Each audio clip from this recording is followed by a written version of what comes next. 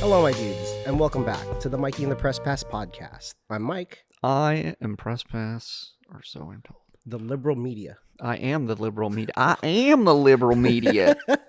Don't let me tell you guys how to think and feel. Has anyone said that to you? You're just the liberal media. No, because anyone knows me knows that, like, you're like, oh, you're a newspaper reporter? I'm like, not really. Mm-hmm. Not in any real sense of the word.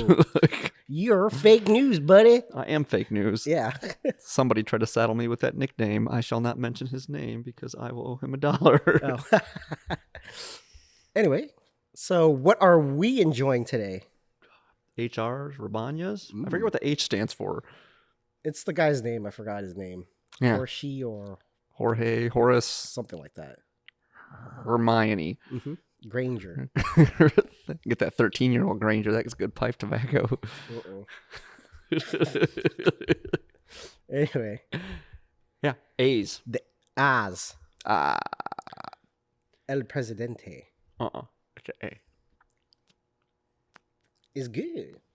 Yeah, so far so good. Yep. The thing about an A is it might be fantastic, and then you just trust that it's fantastic because you light one up and you're like, all right, I'm in for like 2 hours of fucking smoking. Yeah. So it better be good. I haven't had a bad A yet, so. I thought that until I found that Rocky Patel Edge Sumatra A. I was like, this was a few years ago. It was back when I was working at West Coast. Mm-hmm. And I was like, I think it was shortly after we split the coffins of manifestos. Didn't we share a couple coffins of those manifestos? Maybe. I had one in my locker, and I thought I was cleaning my locker out, and I thought we were having one, and we were talking about it. And Justin, who was working there at the time, was like, what the fuck is that? I'm like, it's an A, dude. And then I just like went off on that diatribe about like, I just think all A sizes are good. I don't think there's bad A sizes. I just haven't found one. I'm sure that's possible. And then it was like magic. I'm your huckleberry. Yeah, it was like magic. I was like in the fucking humidor looking for something, stock or something. And I just found a Edge A. First of all, Edges are like fucking just basically bargain sticks. I don't know, it'd be like a factory smoke A, right? Or an Odyssey A. Like, why would you make that cigar in a fucking A size? Odyssey A. Yeah, an Odyssey A. Like, you just like tape like those two Churchills and just tape it in the middle. So you can see the seam where it's like glued together. It's like a band in there in the middle. It's like, no, just leave the band there till you get there. Got a couple toothpicks in the middle, like holding it together. But I found it and I was like, all right, I gotta put my money where my mouth is. And I like got it, and it wasn't even all that expensive. And I smoked it, and I was like halfway through it, I was like, all right, I stand corrected about all A sizes being good. I was like, it's a Sumatra. Maybe it'll be all right. Maybe because it's a Sumatra, I won't like hate it. Like, but it was yeah, unfortunately, all the filler is garbage. Yeah. So it's like like rolled up newspapers, and fucking pube clippings and stuff like that. Fucking old Chinese newspapers and shit. What the fuck? It's like, yeah, Ho Chi Minh died. This is fucking bullshit. But yeah, generally speaking, I like A size cigars because they're just like tasty, man. Big, lots of flavor, just builds up. It's like an extra long milkshake drag. Yeah, it's like all concentrated. It's like I always tell you when we haven't eaten over shabu shabu yet, but when they get the broth and like the end of your meal, it's like all concentrated. It's like, oh, it's all reduced. Like, it's like hot lava in your mouth. Like, oh, it's so good. It's like just sucking on a bouillon cube. You're like, oh, but it's so good though. A lot of meat juice. Yeah. Well, things open up. We'll have to go. We were all set to go. They were like, yeah, we should do that. We said that for like a month or two, and then it was like, yeah, well, that's not how everything's not gonna go. And I was like, all right, whatever. Fuck you guys then. Yeah, speaking of lockouts, we got as you can tell, we're not in our old set at West Coast. We're in the compound. On the compound. Back again. How many episodes did we do? I think just 2. Just 2? Okay. I think. So this will be our HQ. Yeah, the HQ at the compound. The compound, is that what you call it? Yeah, I'm calling it the compound. What about the complex? Compound sounds better. It sounds more militaristic. Yeah. Secret location. But complex. Parts unknown. Complex is a level in GoldenEye, though. That is true. That's a dope level too. Yeah, whatever. Anyway, compound it is. Yeah, podcasting / D&D for the time being. Yeah, it'll be good. Yeah. We got better than being in the street. Yeah. We got basically kicked out of our spot. One employee at the shop the employee working. Yeah, no smoking. Inside. Can't take off your mask. I do that. Yeah. I'm not wearing a mask my whole fucking shift. I'm not doing it. I did it for an extended period of time today, and having it off, I'm like, well, something feels weird. I don't know, man. It just felt weird. I get all fucking lightheaded. Like I'm just like breathing in carbon dioxide after a while. Like about a half an hour, I'm just like, oh, really? Yeah. Whoa. It's like almost someone put a rubber band around your lungs or something. Huh. So that's fun. So what you been up to this week? More moving shit, man. That's been pretty much my whole week. It's like I just wake up, I go to work, I come home, and move stuff. That's a thing. So Seems like you're mostly packed. no, still got, yeah. You always think that when you move, you're Yeah. like, I'm mostly done, and then you you're look like, at this corner, it's like, what the fuck? Who put Yeah. all this stuff here? and then you pack like 8 more boxes, and you're like, well, I'm mostly done, and then you pack like 10 more boxes, and you're like, where is all this shit coming from? Yeah. But we're getting there. Uh-huh. It's slowly, surely. I was supposed to paint today. Let's get that deposit back. No, not that. The new place. Ah. I have to paint. I haven't painted the old place yet. Is but it the paint job bad, or is it like not a color you want? my old lady wants us to have accent walls, Hmm.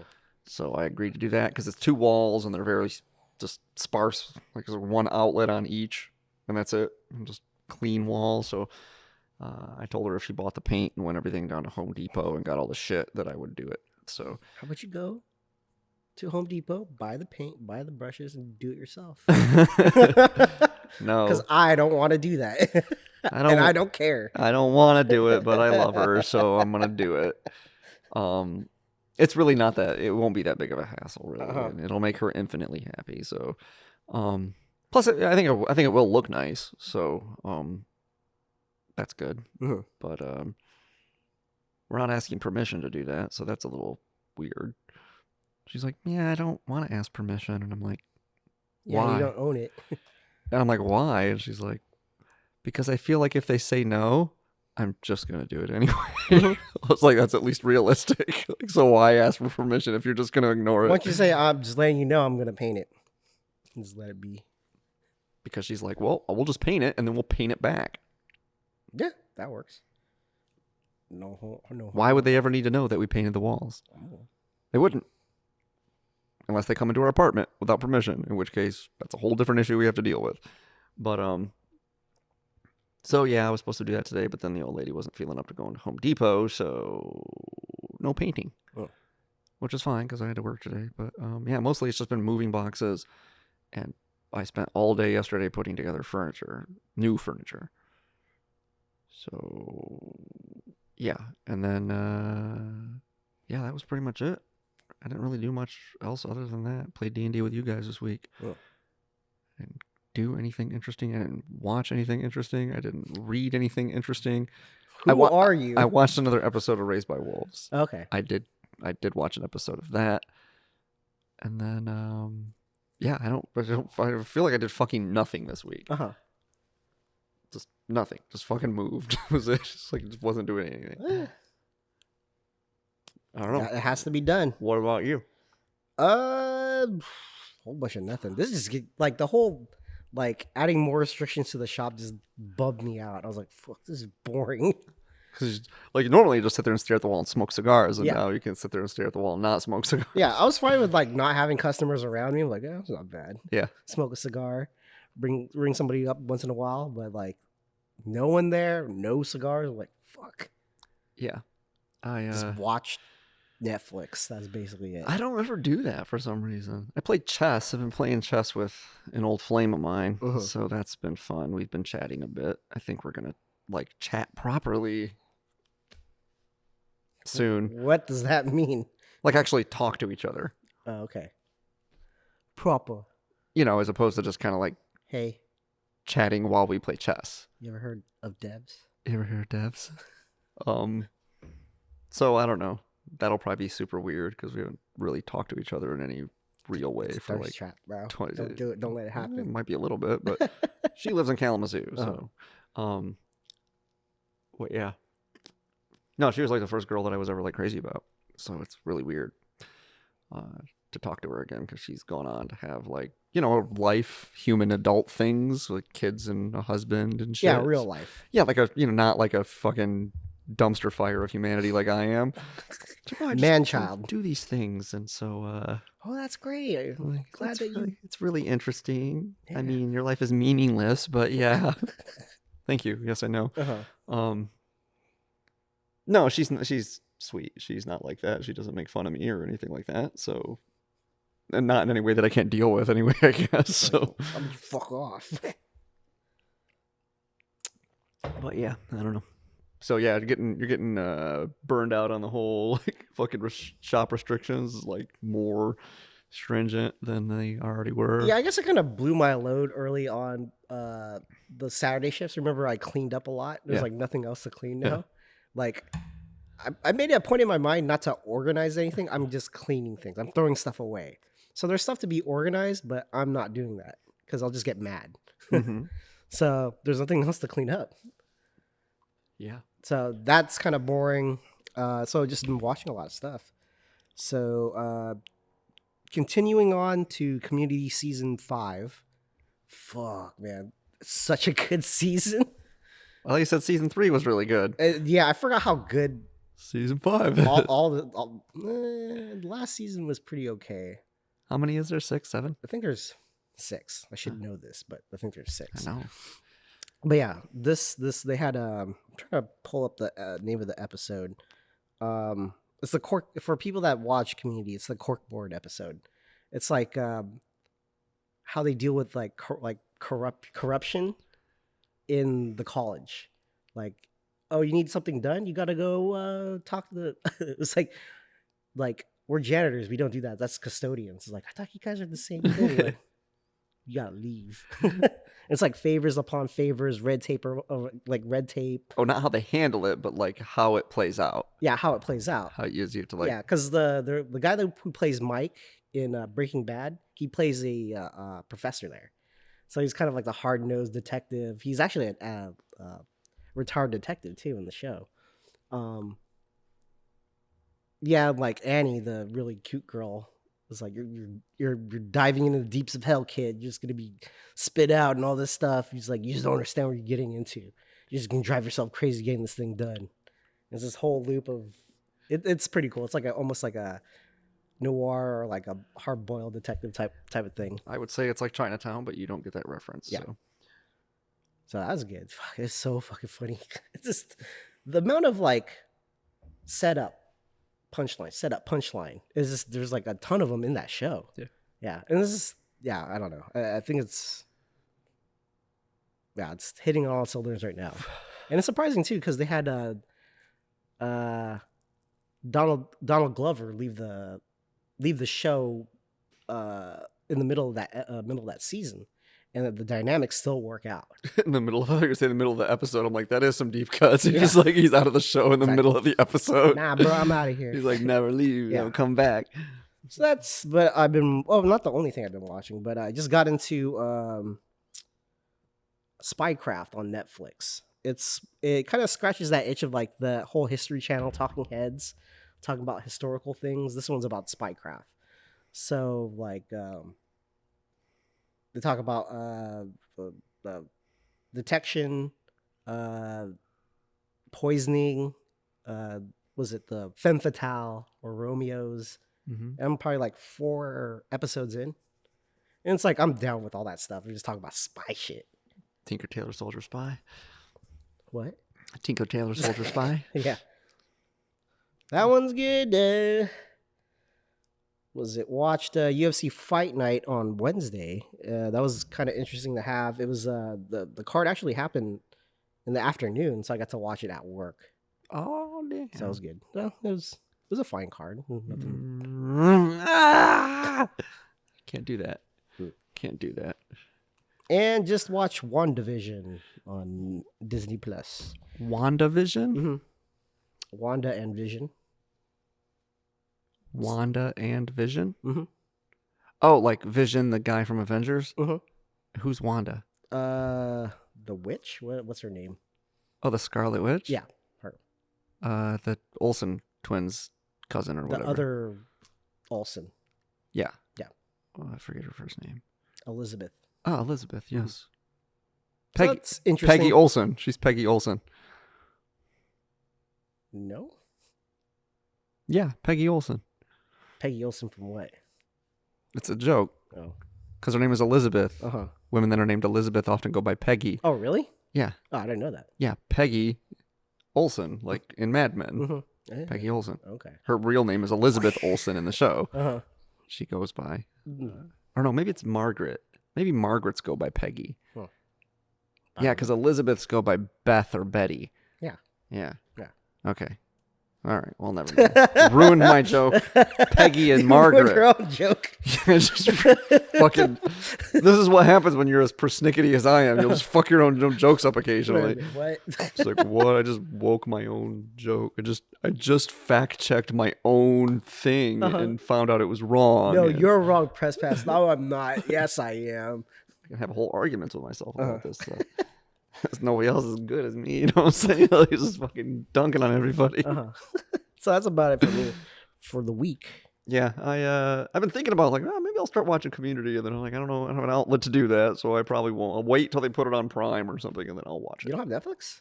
It's on Netflix? Yeah. I thought you said it was on Hulu. It was. Oh, if it's on Netflix, then I'll watch it. Yeah. Because it was on Netflix, and I thought they took it off. Yeah, they did take it off, and they brought it back. Oh, okay. Yes. Well, then I'll start it.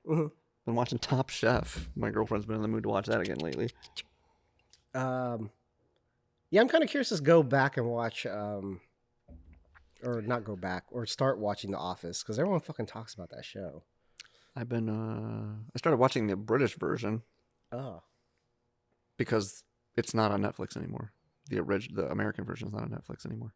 Oh, that's right. Everyone's complaining about it. And I took it off. I'm like, I don't care. It had to be. I seriously had to be the most watched show on Netflix. That and Friends. Yeah, I was gonna say Friends. Friends and The Office. And who has Seinfeld? Well, now HBO has Seinfeld, I think, and Friends, and How I Met Your Mother. I think it took all of them. Give me that. Yeah, it's like I got all of them now on HBO. So it's like it's the bread and butter of your service is having basically like, from what I can tell, there's like 7 or 8 series that are like perennial shows that people like watch. Tons of people are watching every day. Yeah. How I Met Your Mother, Friends, Seinfeld, Office, and then what was the other one I just mentioned? Pretty sure The Simpsons, because do people watch that? I don't think that The Simpsons is anywhere streaming though. FX. Right, it's on FX because they just have like an entire Simpsons station or whatever. Yeah, FXX. FXX.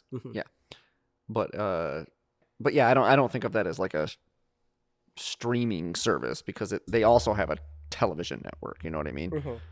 Like I'm sure NBC, the Peacock. Yeah, they have like their own streaming network too. I'm sure, but like it doesn't mean that their things aren't available on Netflix and shit. Yeah. But yeah, there's a New Girl is a big one. People stream that a lot. I was a big fan of that show. I just dropped off. I don't know what happened. I kind of absorbed it by proxy when I was with my ex because she was really into it. It really is just like Zoe Deschanel, quirky girl up to 11. Like it's just the whole show. It's like I'm quirky. Yeah, and it's like it's like that SNL sketch I showed you. Yeah. Quirky girls. Just want to be quirky. Yeah, it is a funny show though. It does have some moments in it where it's pretty good. I guess HBO just put a bunch of Robot Chicken on HBO. Oh yeah, that's what my uncle was telling me. Oh it's not a fucking show that I would think he would like. He was like, this show's fucking dope. What are you talking about? Because he was like, it's basically the modern liquid television. Yes. And I was like, no, it's more like the modern cartoon sushi. And he's like, well, what is that? I'm like, it's basically the same thing as Robot Chicken. I was like, Love, Death, and Robots is like the modern liquid television. He was like, oh, I forgot about that. He's like, you're right. And I'm like, yeah. Get woke on that. Get woke on that. But cartoon sushi is a deep cut, though. Not very many people remember that. I don't remember it. It's basically the same thing as, well, as you might imagine, just based on the name, right? Like it's a lot like Robot Chicken. Yeah. But not claymation. It was actual animation. But yeah, similar stuff. Just really random like plimp tunes and stuff on there. Just fucking like 1 to 5 second, but 10-second to like 35-second clips of a cartoon. And then my favorite one is like it's a Hall & Oates one. The guy's like, your kiss is on my list. And the guy with the mustache pops out of the couch like, anal is on my list. What? And he just drops down. Yeah, it's a weird show, man. Yeah. It's just like I feel like it's just a. Oh, one of my favorite lines from New Girl is some guy was complimenting her glasses, like, "I like your glasses. Thanks, they help me see." Thanks, they help me see. Yeah. I thought you were gonna make I thought the joke that I thought you were gonna make is actually not from New Girl. It's from 500 Days of Summer. When he was like, yeah, you know, people used to call me that in high school, and she was like, yeah, my nickname in high school was Anal Girl, and he like spits his drink out, because I was like really clean about everything. It's like, I forgot about that. yeah, that's a good joke. My nickname in high school, or college is what it was. Yeah. My nickname in college was Anal Girl. Yeah. I liked everything so neat. It's like, yeah, sure. What was that? Mention something else. I forgot. Robot Chicken. Yeah. It's like channel surfing. Yeah. Yeah, they even do that in between the bits, don't they? Like, yeah. Because the premise of the show is like the Frankenstein guy has a robot chicken and he makes him watch TV. Mm. Yeah. It's basically the intergalactic cable show on Rick and Morty, but drawn. Claymation. Isn't it claymation? On Rick and Morty. Oh, yeah. Yeah, okay. Anyway, moving on. Apparently that's on HBO now, so if you're inclined to watch it for 10 seconds at a time, you can even do that. You see the meme that hit the world by storm? I don't get what it is. How am I supposed to fucking feel about this? This one? What is that? It's Bernie Sanders during the inauguration. Yes, but like, what am I supposed to be amused? Am I supposed to be upset? Him in Am I supposed to be like? I'll pop up the original picture that caused the meme up here for people that are watching. Not the meme-averse. Yeah, and then because he's like explosion. out in history, he's right there. He's behind him signing. He's on the Star Trek deck. Yeah, he's on a tauntaun. He's on my pants. My favorite one's like that one. He's Bran Stark. I'll pop that one up here. And he's on the Iron Throne. I don't know what that is. My favorite is this one. Something UFC related, I'm betting. Yeah. Yep. He's armboarding somebody. That's pretty good. And then the caption goes, "Once again, I'm asking you to tap out." Yeah, I don't know how I'm supposed to feel about it. Like, I didn't know that's what it was. It's like you just tune out. Could have been put in an email. You just fucking tune out for like 30 seconds in the world, and then shit blows up, and then you come back and be like, hey, I wonder if the world's still there, and it's like, no, it's on fire now with this fucking meme, and I don't know what it is, and it's like one of those things that, like, if you didn't experience it while it was happening, you would never care that it happened at all. It's like that. Damn kids, get off this lawn. Yeah, that's how you know you're getting old, is you just don't know. So I told my girlfriend, she's like, how am I supposed to feel about this? I'm like, you're getting old, because now you don't know, like, what is this? Why is it so funny? I don't get it. It's just Kim, like, being super bored and just put him in weird places. Like, the Tauntaun one's good, and I like the one where he's on the Iron Throne, like, just sitting like that. Nothing as good as the fucking people putting fucking Nick Cage in the fucking White House. That was fucking dope. He's like stealing the Declaration of Independence. That was so good. That was fucking good. I wish I could find it. I might have saved it. If I have it, I'll put it up here. That was fucking. That was some deep. The real reason the heck one is the capital. That was fucking funny, man. I get that, but like, yeah, this is a grumpy old man, Bernie Sanders. Like, he's still alive. Speaking of alive, who is not alive? Larry King. Whoa. And Larry the Cable Guy died this week too.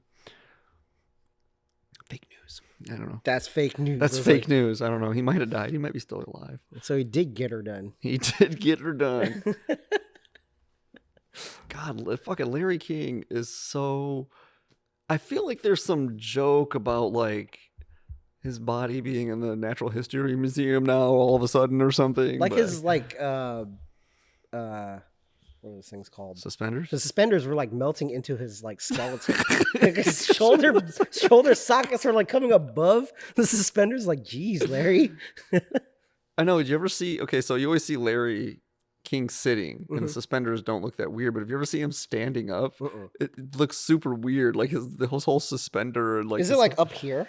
I don't know. It's just a weird look for a guy that's like I've just been sitting down all this time. Yeah, for like caller from Schenectady. Your call, your turn. Yeah, he's just like, I don't know.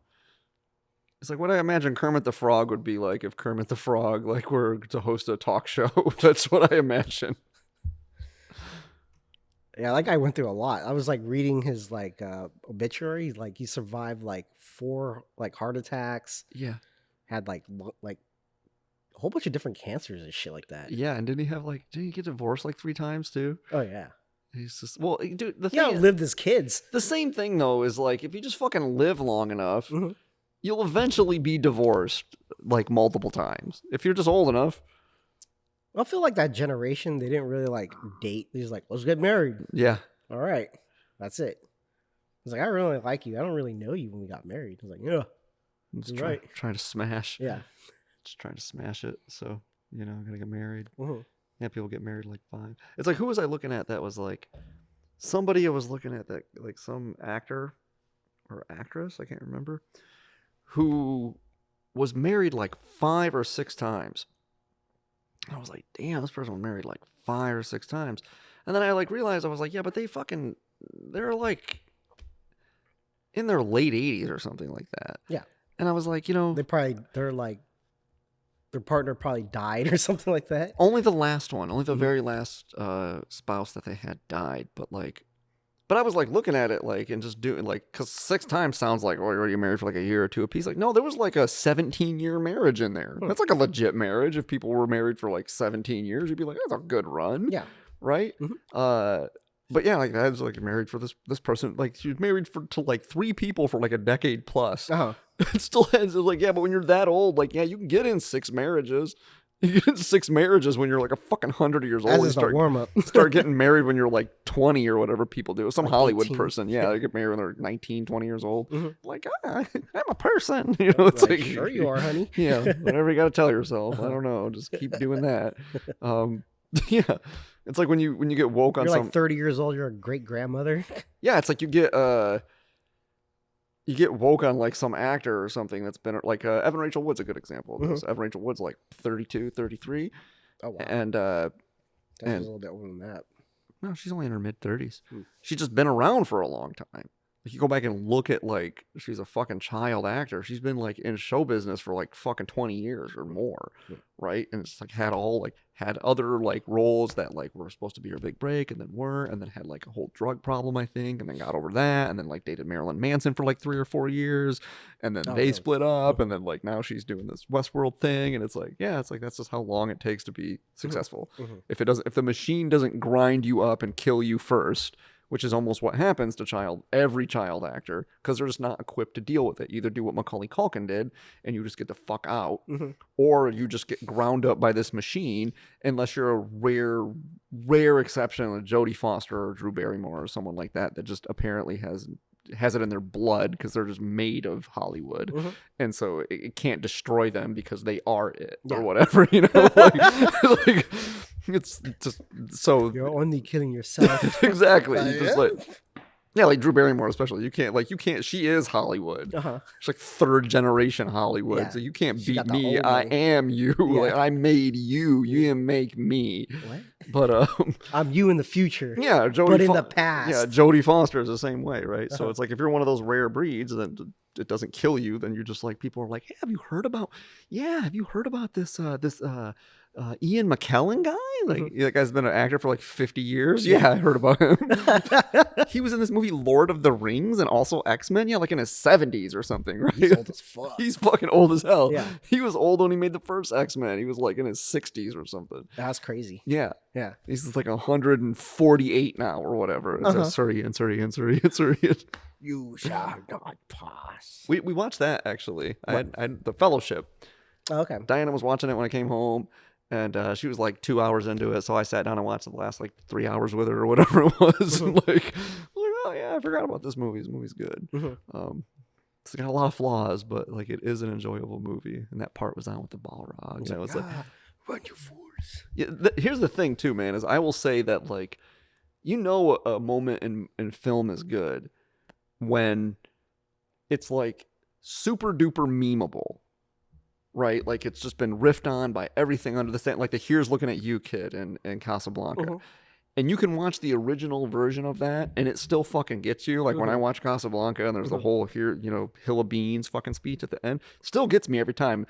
More like just for decades, it's been like spoofed on and riffed on. Same thing with like Gandalf and like the whole like "you shall not pass." Like everyone like, but like when you see one simply doesn't walk into Mordor. Or something but like when you actually see it in the movie, and he's like doing it, like it still has the effect, like he's like fucking there with the demon guy, and you're like, this is still fucking bad. Impact. It's still badass, dude. Like I don't care how many times you make fun of it, like it's still dope as fuck. Well, I still like that scene with like was it Empire with I am your father. I was like, Wah! Yeah, that was good. Still hits hard. Yeah, and if it can sustain all the tumbling up like that and still hold up.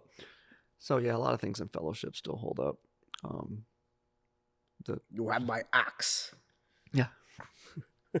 But yeah, in particular, that was a good example of a movie like we were talking about a month or two ago about like, just knowing the limits of the technology. And that. Oh yeah, they're super smart about that stuff. It's like the movie still looks pretty good. I mean, that movie's what 97, 98, something like that, and 90, 98, 99? Maybe somewhere in that ball, late 90s, early 2000s, and it still holds up pretty well. Yeah, because there's a mix between like digital and practical, and then all the practical stuff with like the hobbits mixed in with like normal sized people, all the camera work they had to do with that was pretty interesting. But they're smart about like how much shadow, like during certain areas where it's like you don't have like a super close up in broad daylight of something that's like supposedly like really terrific, like horrific in detail. It's like they hide it with like when the lighting's appropriate and from the right distance, and it's like they're just good enough to hide their brushstrokes a little bit, so it like still adds to the texture of the film, but doesn't like distract you 10 years on where you're like, oh, it looks horrible. Yeah, alligators in a racer or whatever. It's really bad. What's the other one? The Golem. Originally they didn't have a mocap suit. They just had what's his face, Andy Serkis, just like acting in a suit, and they had to like frame by frame paint him out and then add the character digitally. Oh, I didn't know they had fucking pain in the ass to do. I didn't know they had to edit him out. Yeah, pretty crazy. It's not any worse than having to get rid of Jean-Claude Van Damme out of Predator, I guess. Oh yeah, had to get rid of that guy. It's so funny. If I didn't see that picture of him in the suit, I'm like, I wouldn't have believed it. Yeah. It's so funny.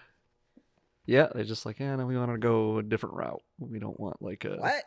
But I can do the splits. But look how well I can do the splits. All right. I feel like that's pretty much his whole career. That's the only reason he never got work is he just like... Did the splits. He just did the splits for people. Yeah. Do the thing. Yeah. All right. Yeah. Do it. Come on, do it, nerd. All right. Do it. I jump up over your head and put my testicles on the crown of your head and spin before I come down. That is what I bring to the movie. That's pretty good, I guess. Let's see. Next in the news, Gwyneth Paltrow vagina candle allegedly exploded. Earlier this month, the candle allegedly caused an inferno in a 50-year-old Jodie Thompson's living room, according to UK paper The Sun. Thompson, and the media consultant for the North London, she won the candle which retails for $75 in an online quiz. The candle exploded and emitted huge flames with bits flying everywhere, Thompson said in an interview with The Sun. I've never seen anything like it. The whole thing was ablaze. It was too hot to touch. There was an inferno in my room.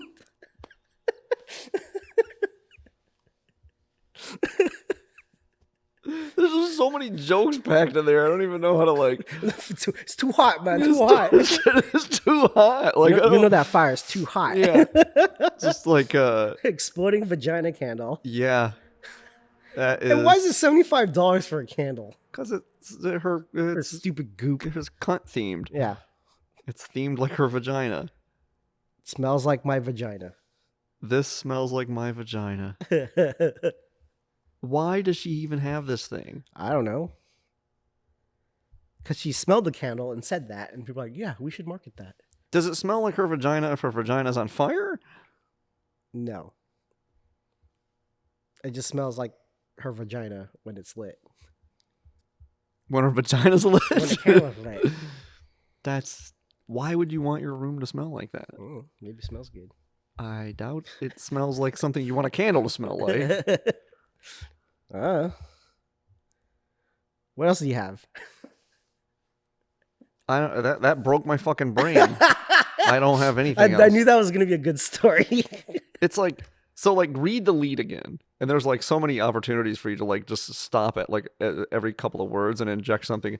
Okay, so it's like earlier this month, the candle allegedly caused an inferno in a 50-year-old Jody Thompson's living room. Allegedly it caused an inferno in Jody Thompson's living room. Like, okay, living room is there instead of... Yeah, the whole thing, she won the candle, which retails for $75 on online quiz. All right. Wait, why do you buy it on online quiz? I thought you would just buy it from Goop. Yeah, I guess there was like a contest. You fill out this online quiz and you win the candle. Oh, why would you want that? The candle exploded. I wish I could do a British accent. Candle exploded and emitted huge flames. Oh, is she British? Yes. Well, I was just sitting there having me a cup of tea. Ain't it? Legend, bruv. Legend. The candle was lit, bruv. Yeah. I don't know. Yeah. So fucking stupid. You know what the funniest part of that story is? Mm-hmm. Is that... Well, the whole alleged thing is like, did it not cause a fire in your room? What did you say? Just caused the fire. Something happened in your room. Right. Caused a fire. Yeah. Is different than exploded, because you can't prove that it exploded because she's the only eyewitness. Well, it could be physical evidence, right? I mean, you could, but it sounds like they don't have that physical evidence, and she's just saying that it exploded, so you just say allegedly. Oh, okay. Just to cover your ass. Well, yeah, because, what if there's a lawsuit or whatever, and, like, you don't want to fuck around with Gwyneth Paltrow because she's super rich. And, I got goop money. Yeah, she's super rich and super crazy, so you don't fuck around with her because she'll go crazy on you. But no, my favorite part of the story is that she's sitting in her bedroom, living room. Eating like teas and crumpets. Yeah, whatever it is she's doing. And you know what she thinks to herself, I could really use my room to smell like Gwyneth Paltrow's cunt. Yeah. I really want that right now. I really want the entire essence of my room to just smell like her uptight cooch. Just wafting. Like, I just want to, get that Coldplay jism in the air or whatever, and like, that's apparently a thing she thought would be a good idea. And then there was immediate reprisal from the vagina candle. It was just like, oh my God. It was like, fucking no, you get none of that. It was like... Like somebody like putting firecrackers in there, like I don't know. It's just like, let's just see if people actually burn these things, see what happens. Just oh wow. All right, moving on. Oh God, how do they make them? That's what I want to know. What? The candles? With wax, probably. No, I know, but like they didn't really like scratch and sniff that thing. She just said it just kind of smells like my vagina. Like, here's some samples, and then like, oh, this one smells like my vagina. And they're like, oh. Is that what happened? Yeah, that's what happened. Like, she was like, they didn't like scratch and sniff that thing. Not they, but I was like, is there some sort of panel of experts that have all, they got like Brad Pitt and the Coldplay guy and like all the other chicks that have gone down on Gwyneth Paltrow. They're like, no, this one's closest. More patchouli. Yeah. It's like a little bit more musk to it. Brad's like, I imagine that's what it smells like now. It's not what it smelled like then, but I can just do the trajectory and like, older lady kind of scent. In my head a little bit. Add some more potpourri. And some vegan cheese. She's just the worst person. That's like, she's on trajectory to be like the white Oprah in like another 5 years. Yeah, I was gonna ask you think she's like worse than Oprah? She's not as powerful as Oprah yet. Yeah. Because you have to basically own your own continent to be as powerful as Oprah.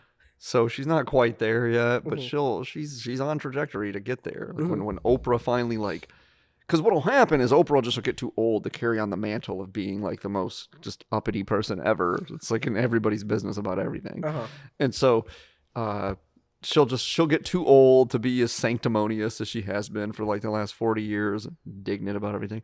And she'll just like be beleaguered, maybe because she decides she's gonna run for president or something. So she's like, I gotta stop all those shenanigans.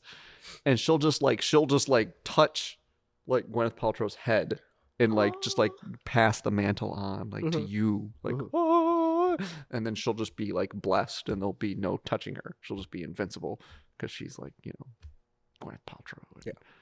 Whatever she does now, names her kids after fucking Pilot objects. inspector. Yeah, objects in the Bible. Apple. Yeah, Apple and Moses. Oh. Moses and Apple. Mm. Paltrow. Huh. I always wondered how like her baby daddy felt about that. Oh, they took the Paltrow. Yep. Like, you think he hyphenates his name? My name. Yeah. They're taking my name, Yeah. not your name. Coldplay guy. I don't even know. I didn't know they were married. Or yeah, he's the lead singer of Coldplay. He's like her. Oh. It reminds me of that joke. Who I think it was Dennis Miller, when so Guy Ritchie and Madonna have decided to tie the knot finally after a year-long engagement and being together at 5 years. The celebrity couple will keep their names. Madonna will still be Madonna, and Guy Ritchie will still be Guy who married Madonna. Yeah, it's like yep. Moving on. Liam Neeson, something Liam Neeson related? Seth MacFarlane wants to remake The Naked Gun with Liam Neeson in the lead role. Don't do it. In a recent interview, Liam Neeson revealed that Seth MacFarlane, the man behind Family Guy and the Ted films, has approached him to star in a remake of the 1988 comedy The Naked Gun. Let's do some improvisational comedy. But the star of Taken and the Commuter... What? It's just another Taken movie. Yeah. Yeah, that's about it. Yeah. Don't do it, Liam Neeson. That'd be super funny. Yeah, it would be funny because it will be like the reason that the Naked Gun movies were funny with Leslie Nielsen. Yeah, because Leslie Nielsen was a serious actor. Yeah, he's playing against type. Yeah. But I don't want to see Liam Neeson eventually become the new Leslie Nielsen. Alec Baldwin already has that role anyway. He did take that man. Yeah, Alec Baldwin was already the guy that was like a serious actor and then transitioned into comedy, playing against type, and now he just is a comedic actor. Yeah. And that's how people associate him. And then he goes back to doing something like The Departed, where he's actually like in a somewhat serious role. What's the funny guy? And they're like, oh hey, he's being funny, but like it's in a serious role. It's like when Vince Vaughn was in True Detective. Yeah, that was because I know him as the funny guy. Yeah, see, I tuned out for the whole funny guy aspect of his career. So in my head, he was still a serious actor. Oh, okay. And everybody was like, oh my God, he's really good as like a dramatic actor. And I'm like, that guy is a dramatic actor. What are you talking about? And they're like, no, he's not. He's like on all those like, fucking movies with Will Ferrell and shit. I was like, is he? I don't fucking watch that shit. Yeah, it's like if Jim Carrey went back to comedy. He's like, oh, Jim Carrey does funny movies now. Yeah. I was like, it would be like that. That'd be dope. Jim Carrey should come back to comedy. He's so fucking funny. Yeah. But he's crazy now. He's like really crazy. Probably.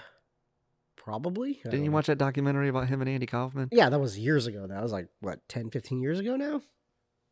Not that the documentary came out. Yeah, didn't it come out like 10 years ago, 15 years ago? I don't think it's been that long.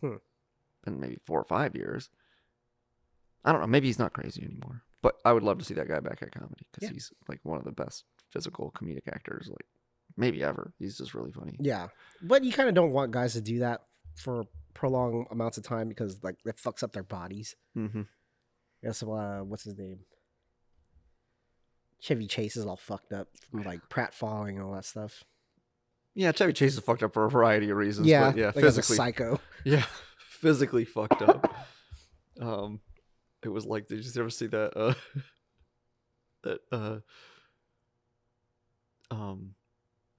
Roast of Chevy Chase where they're making fun of him? No. Okay, they're saying, I imagine he got like super butthurt about it too. He's like, fucking, this is bullshit. They were making jokes about like how he's like, they're like, oh yeah, they're like, there's an old adage in Hollywood. It's like, you make one movie. You make one movie that lots of people see, and then you make another movie that only a few people see. But Chevy just decided to make a few movies that a lot of people see and a bunch of movies that nobody ever saw. Oh, fuck. But the better version of that joke was, I forget who said it about James Franco, is it might have been Seth Rogen, as he was like, there's an adage in Hollywood that you do one for them and one for you, right? And that's just, you go back and forth. You do one for them and you do one for you. One for them, one for you. And then, but James, he has a whole different MO. He does 1 for them and 10 for nobody. It's like, damn. Apparently, that guy's a creeper too. What's weird is it's like I forget that he's like in his mid or late 40s now. Yeah, that tracks. It's just like because he was in a few movies and he was a young and up and coming star, like heartthrob, and then he was like, oh yeah, like he's like sexy 30s guy, and then he disappeared for a while, and then it's like, no, now he's like a dad. Oh, is he? Yeah, I mean, I assume he is. Mm-hmm. Maybe not. I think he wrote a book. I think he wrote a book about that takes place in Palo Alto. I think it's called Palo Alto. Oh yeah. Yeah. Yeah, I remember reading like an Esquire article. It might have been when he released the book, or it was a few years ago. Like talking about driving off 880 to 101. I was like, oh, I don't know that turn. Yeah. We were driving down Main Street, here in Springfield. Yeah! When we stopped off at the Quickie Mart, see? Yeah, it's right by my house.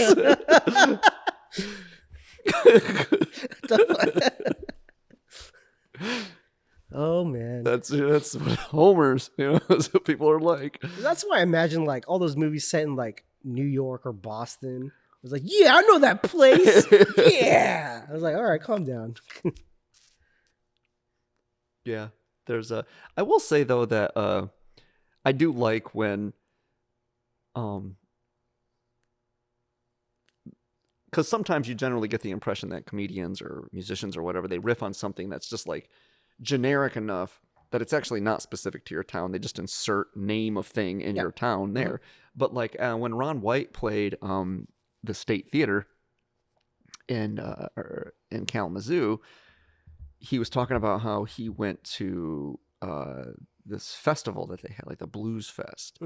And he was talking about, and maybe this is a thing at like other festivals, but I wouldn't imagine it's terribly common at like big festivals like Coachella or something like that. And he was talking about, he did this whole bit where he's talking about how they have coupons.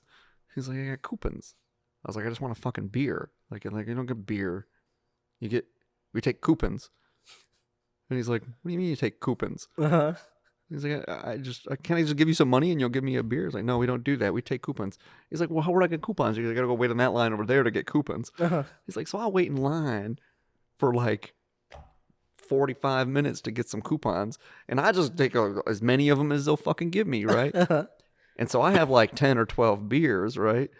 And then like we're all drunk and we decide to go over there to the Wendy's, and I'm trying to like pay for my food, but all I got's fucking coupons because I spent all my fucking money to get beer, right? And he's like, and I'm all drunk trying to have a polite conversation, a little asshole behind the fucking counter. He's explained to me they don't take coupons here, and I was like, they take them over at the fucking festival center, you little asshole. This is like a pretty good bit, right? Yeah. Like based on like the whole like just the fact that I imagine that's probably how that went. He's like, what do you mean I got fucking coupons? Uh-huh. Like, I've been to festivals before. I'm Ron White. Like, give me some fucking beer. Yeah. Like, so, but is that how they say coupons there?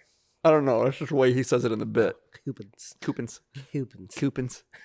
Coupons. Mm-hmm. Excuse me, sir. Do you have any coupons? Yeah. You have any gray coupons? Where is he from? Is he from Texas? Oh, yeah. He's totally from Texas. Huh. Speaking of Texas,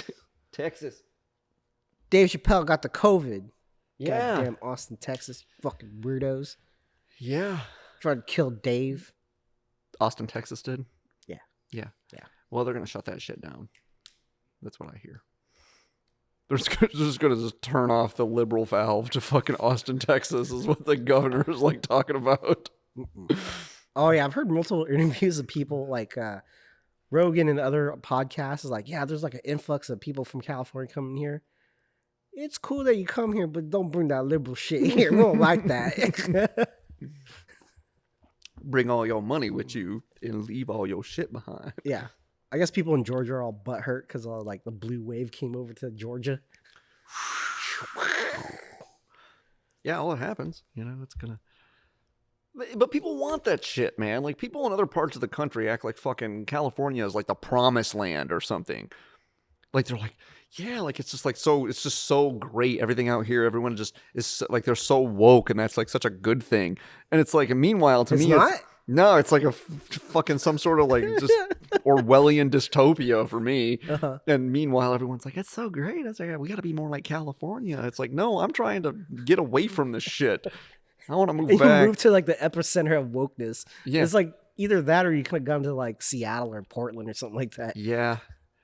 I will say it's gotten incrementally worse since I've lived here, though. I don't know. It's been about 5 years. Things were not this bad 5 years ago. Like it was like, and it was like it's spreading like a fucking cancer, right? It used to be like more like localized to San Francisco. Maybe you get some of it down. You got any oat milk I could use? Oat milk is not a thing, is it? Yeah.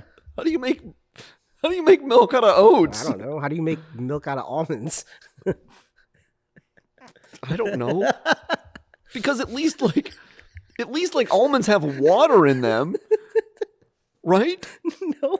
Yeah, they not do. that much. You gotta add water to make almond milk. No, I'm just saying, like at least when you bite into an almond, it's got some moisture. Milk, and it's not milk either. It's like it's not from an animal. So Yeah, it's not like milk. it's like a slurry. Yeah. I had this argument with somebody one time. They're like, "Well, they're like almond milk," or they said, "What else did they say? Almond milk or soy milk?" And I was like, "Well, those aren't milk." And they're like, "What do you mean they're not milk?" And I'm like, "Milk comes from animals. Yeah, it's just a milk substitute. It's not milk. It's any more than like a garden burger is a meat. You know, it's just a different thing, dude. Like, why are you trying to say that one is another?" And like, that's my attitude about burgers too. Like, it's a veggie burger. It's like there's no such thing as a veggie burger. A burger is meat. Like, it just by definition. It's like saying it's chicken bacon. Hamburger? It's chicken bacon. It's like, you mean not bacon? Yeah. Like, it's not bacon is pork. Like, don't call it one thing and like try to ride the like success of like, oh, it's just like bacon. It's like, it's not like bacon. Don't call it bacon. It's don't shovel that shit to me. Right. It's just, yeah, you fucking sell that to somebody who's buying it because I ain't.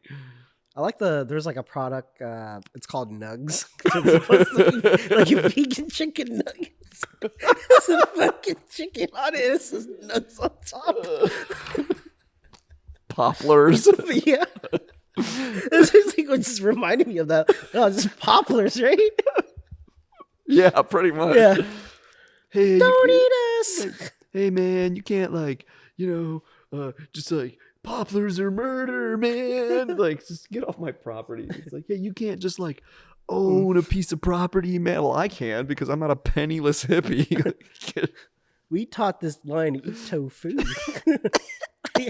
It's like, it's all sickly and shit. But the thing about like the Nuggs thing, I'm like, it's like all it needs to be is like crunchy and salty, right? Who gives a shit what's in the middle, right? Yeah, it could just be like a fucking like cushion or something. Like, just be like upholstery.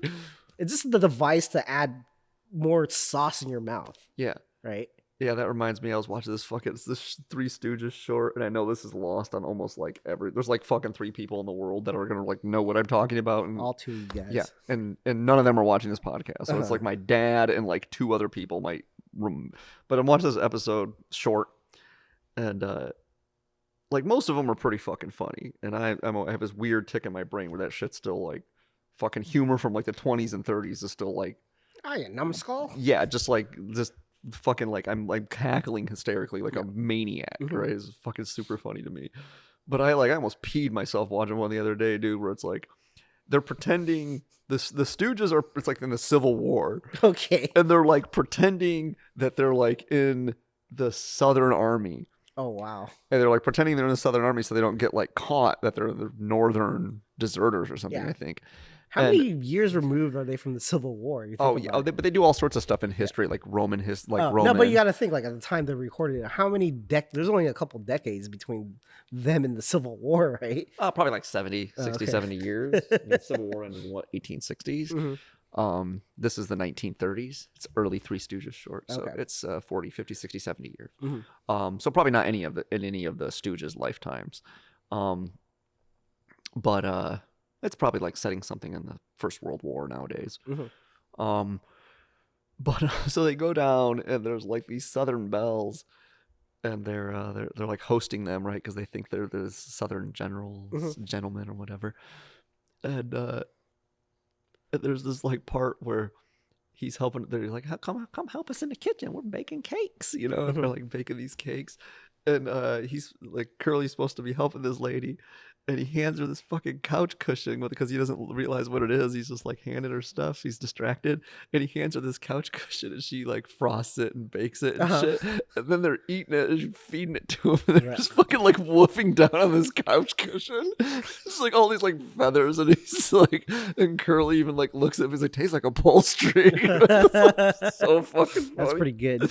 It's just the physical comedy of it, like the looks on their face, and they're just like trying to like choke down, and there's like coughing, and like all this like feathers and shit start coming out. Oh man, that shit fucking kills me, dude. I was dying watching it. I was like, oh my god, this is so fucking funny. Why don't they make stuff this funny anymore?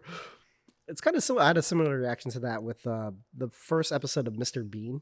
Mm-hmm. There's like two scenes in there where he's like taking a test and he forgets his pencil and then he doesn't even remember what the test is for. Some guy's doing his test. He's like looking around and he like makes him drop something. He's like, this makes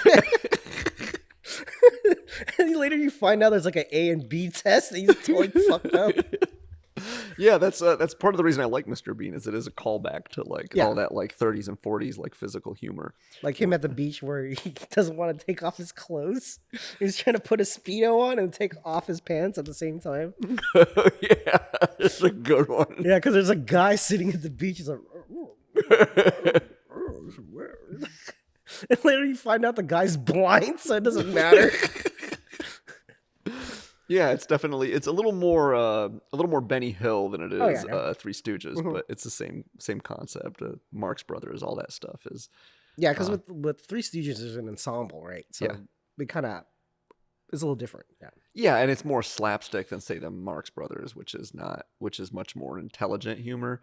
I'm more. I go back and forth. I probably like the Stooges a little more, but some of the bits in some of the Marx Brothers movies are just like in particular, you can just appreciate like the painstaking effort that went into it. Like that scene where Groucho, I think it's in Duck Soup, where Groucho goes up to what he assumes is a mirror, but is actually another room on the other side. And there's like another guy on the other side.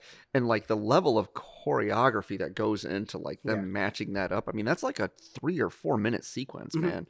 And it's like perfect. I mean, it's like perfect. And so like things like that make me really appreciate it. It's not maybe quite as funny, like knee slapping, not knee slappingly funny, but like some of that stuff or the way like some of the musical numbers, like Chico Marx plays the piano and he plays the piano pretty fucking well. And they like orchestrate these like things that like slide right into the plot and like start into a musical number. And he's like, you know, close-ups of him like playing the piano and they're like dancing along. And it's like, just the craft of it is much better done, where it's much more crude in the Stooges, but really funny. Like just I don't know. It's like this is another one where they're like they're carpenters. The Stooges are carpenters, and Moe is up on this table and he's like measuring something out, and he's like he's standing on the far end of the table by the wall, and he's like you know, give me a board. And he's like, give me a board. He's like, yeah, board. He's like, make it 6 inches. Make it 6 inches, right? And then he turns around and he's like sawing it, right? And he like saws through the table on the far end. And then like Moe just turns around and he's like, give it to me. And he just like goes to step on the table. He just falls and just eats shit. Like, right give it to me. Slam. Fucking damn, dude. Is that streaming anywhere? No, I have the whole box set though, if you want it. You want to borrow any of them, I got all of the Three Stooges because I want them in their purity. I don't want them like up anywhere and whatever they might do to it. I'm just worried about it. So we colorized it. We added more black people.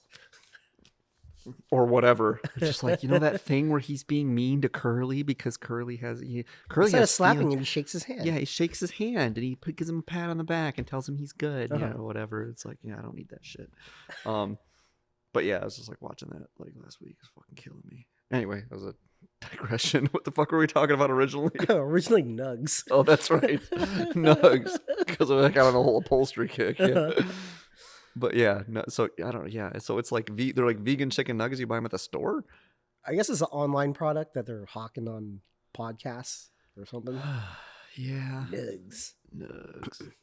But like, yeah, I don't. Is it like for people that smoke weed?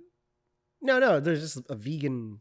No, I get that, but Yeah. it just sounds like it's like they're chicken nuggets, man, but they're not chicken nuggets. Nuggs. That's the funniest thing to me is that like almost every single person I've ever known that like is a vegan or vegetarian or whatever that is particularly strident about their beliefs. Now, don't get me wrong, there are plenty of vegans or vegetarians that just kind of they just do their thing and they let you do your thing and they don't feel the need to just, telling you that you're eating delicious murder or whatever. Mm-hmm. But like plenty of people that I have known that have been in that stripe that are particularly vocal about it, or let's say they're not even vocal about being vegans, they're vocal about something like wearing deodorant. You ever know these people? No. They don't wear deodorant, and if you ask them why would you not wear deodorant, they'll tell you that they just vomit a factoid at you, which is that like, well, like deodorant has aluminum in it, and aluminum like contributes to Alzheimer's disease, right? Uh-huh. And they just get up on this fucking high horse about it, and it's like, dude, you drop acid, you eat fucking shrooms, you smoke cigarettes, you smoke weed. Like clearly you don't have a problem poisoning your fucking body, Yeah. right? Which if that's like, I don't have a problem with that either. Like this will be well used when I'm fucking done with it, right? I'm not leaving this in like showroom condition when I'm done. But like, you just gonna poison your body in this regard and then just turn around and go, fucking deodorant is bad. Like, you know what? I'd rather just maybe get Alzheimer's and not stink my whole fucking life. But like, my favorite one is the guy telling me about chemtrails and he's smoking cigarettes. I'm like, okay, whatever, dude. I choose to do this. You just poison me over here. Yeah. I just don't get that. Like, people are always like that. It's like, well, this is bad for you and that's bad for you. And it's like, I'm sorry, don't you smoke weed? Don't you fucking drink a lot of alcohol? Don't you like smoke cigarettes? Don't you smoke cigarettes? Don't you fucking smoke cigarettes? Like the worst possible thing you can do to your body, like in the history of the world, other than just like putting your head in like a sliding glass door and just fucking slamming it. No, it might not be as bad as meth because you don't smoke meth as much as you smoke cigarettes. You don't smoke 20 fucking rocks of meth a day. Wow, they go pretty crazy. People are so down with meth that they have meth mouth because they're too high to remember to drink water or brush their teeth. It's not a matter of brushing your teeth. It's a matter of that, like, meth dries your mouth out so much that it fucks with the bacteria in your mouth, and then you just like... They don't take care of their mouths either. Yeah. They like it so much, you're like, fuck it. Yeah, that's what's fucked up. Yeah. It's like, I can't imagine liking anything that much. Yeah, it's pretty hardcore. The thing is if you were going to be that, like, addicted to a drug, why wouldn't you just do heroin? It seems safer than the other stuff. It's just, you can just go a little too far with it. No, the heroin is safer than almost any drug. That's what I was saying. Physiologically. But you can go a little bit too far with it. Right. Physiologically, it won't do. I remember Doc Jim telling me about this. It just fucks up your veins. Yeah, he was telling me, he was like, it's really, like, he's like, meth fucks you up. Like, if you do autopsies, like, we've done autopsies on people with meth and their brains look like fucking Swiss cheese. He's like, it's like putrefied, like it literally like gradually turns you retarded. Yeah. And he was like, and as much as it pains me to say it, like I've done autopsies on people that have severe heroin addictions too, and other than, he's like, you wouldn't know it, like based on their body. Like the risk of heroin is overdosing because it's so fucking great, you just want so much of it that it'll kill you, or contracting something. But if you use clean needles and you're like, this is why there's not a lot of problems with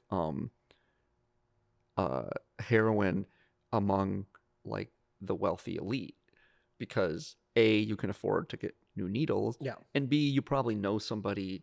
Like if you go to Yale or something, right, and you have a heroin addiction, you probably know somebody who's in med school or something. And you can like, you could be like, hey man, how much is like a safe amount of heroin to take? Like you're less likely to OD, you're less likely to contract something, and you're not like you're passed out in somebody's penthouse instead of like a fucking like flop house somewhere where you might like roll over and get tetanus from a fucking whatever and die.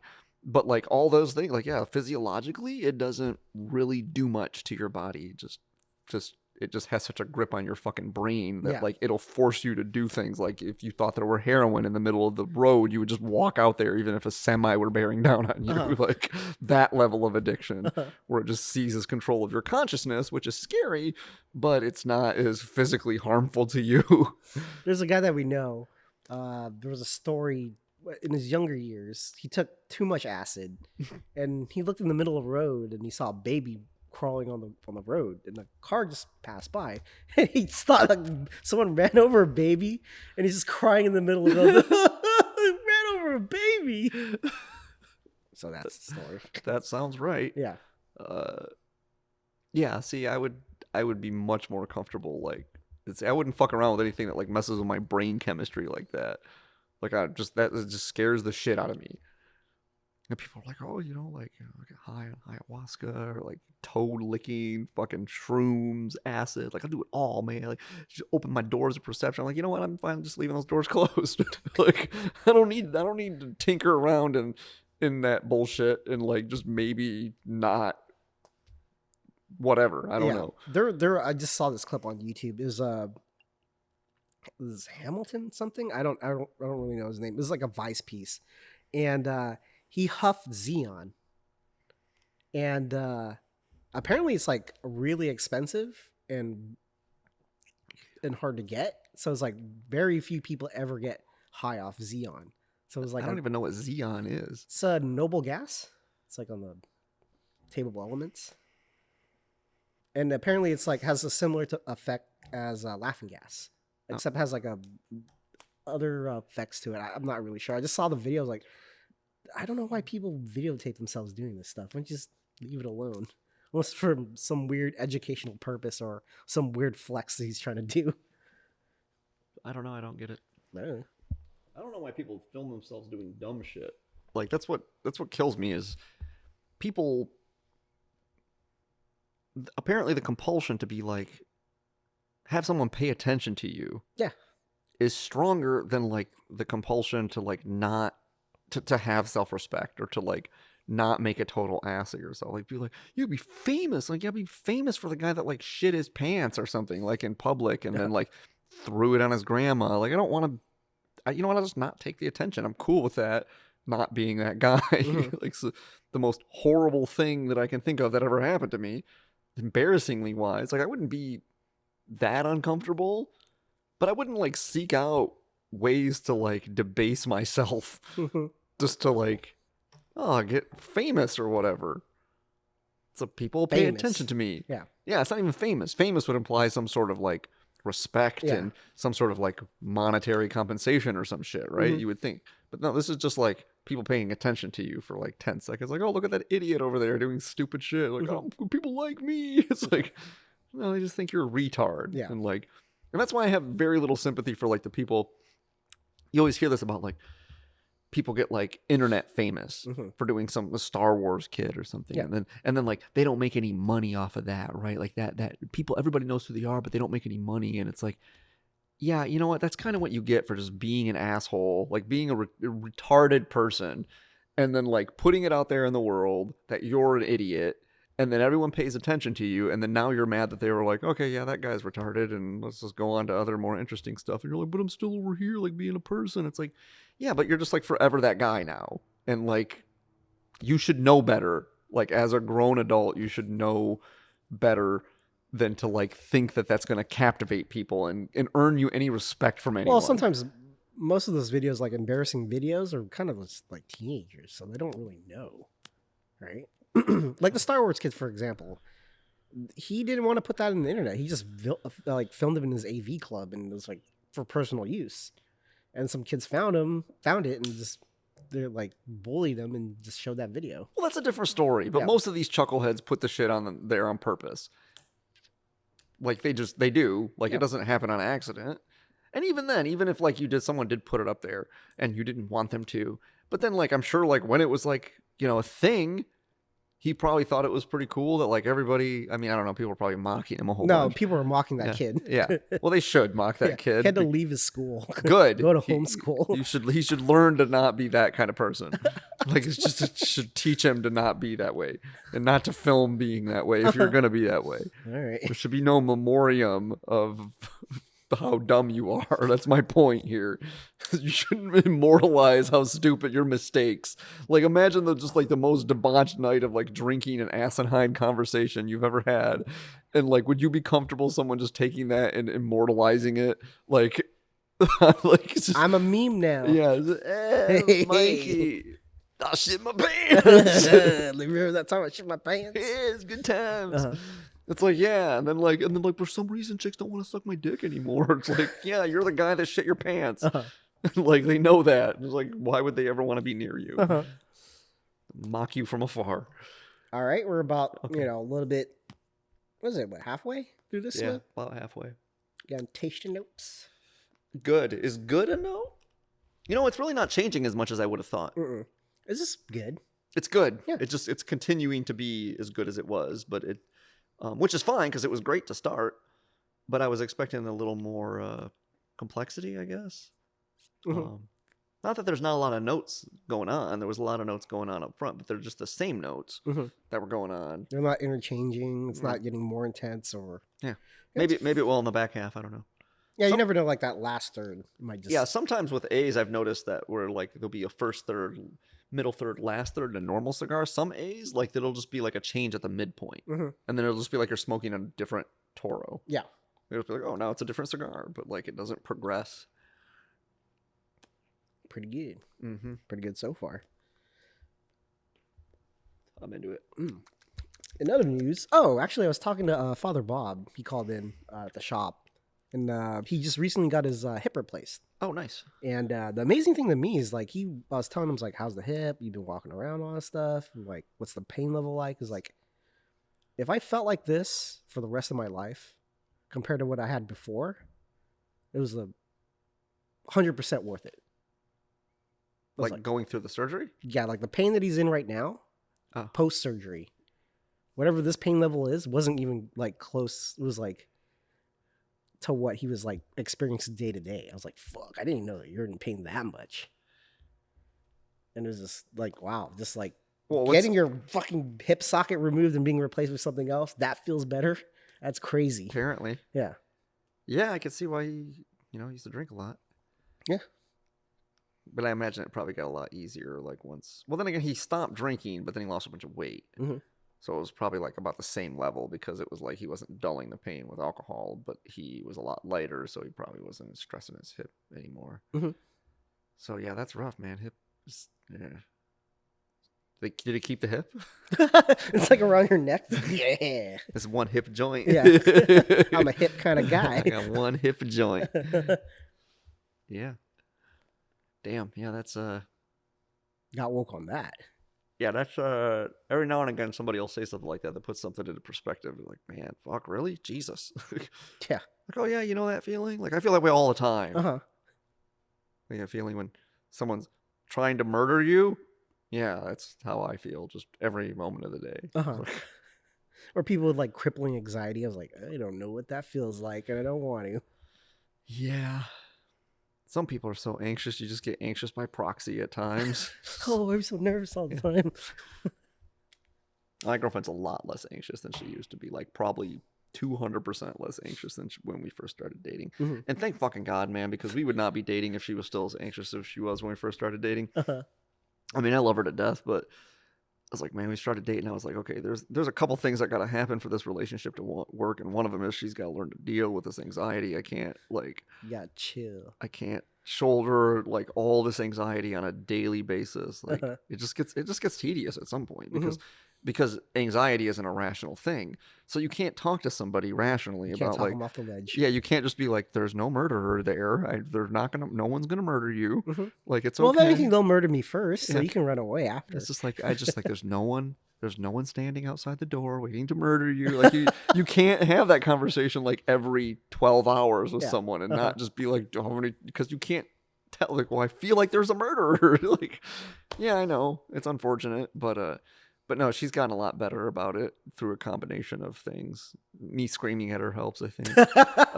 Why won't you just shut up? Yeah, just like shake her really hard. Stop being so nervous. Anxious. What are you anxious about?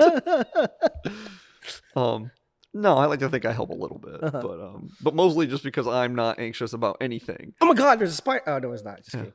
No, yeah. Oh my God. I'm just like, oh, the house is on fire. Well, we should get out of here. Cool. It's like shuffle, shuffle, shuffle, shuffle. Whoa, my kettle just exploded. Yeah. That's crazy. Don't touch that fire. It might be too hot. Oh no. That's so terrible. Yeah, I don't so yeah, I think that me just being not that anxious probably helps. Yeah, you don't want to like a feedback loop. You're two nervous people, like they're just like freaking each other out. I was like, why are you so nervous? I don't know. What you Oh my God. Well, the thing is no one is there to, I mean, the other person understands their anxiety. So I think it's okay to like, it's good to know other people that deal with anxiety because they can commiserate. But that's not someone you want for like a support network. No. Right? Because like you have to just trust them to not be anxious. Yeah. Right? And she can trust me to just not be anxious about pretty much anything. Like, why would I ever be anxious about something? Like, oh, you don't have health insurance. What if you get really sick and die? Yeah, that would be a problem. That would be You're way too far in the other end. It's like, yeah, I'm just like, that would just be a huge issue for me. I would curl up in that corner. Yep. And I will die. I would just vomit blood until I didn't have any blood left, and then I would just die, and it would be, and I'm sorry to stick you with the cleanup, but you would probably have to clean that up. Like, hey man, just send you there. They have to fix you. Yeah. They took an oath or something. Yeah, that's how I am. So it's like, that's not a great character trait to have, but it feels like a superpower when I'm around her. It feels great. And she's like, oh my God, anxious about it. She's like, oh my God, there's a spider in there. I was like, I will kill it. I'm not afraid of spiders. I've got a shoe. Haha. And then it's just like, it's like that old that thing about like Louis C.K. talking about people like overusing the word genius or people being super high. And like, brilliant. Yeah, it's like, brilliant. Oh my, it's like, you just feel like you're super smart. Like, oh hey, I brought a cup in case we need a cup.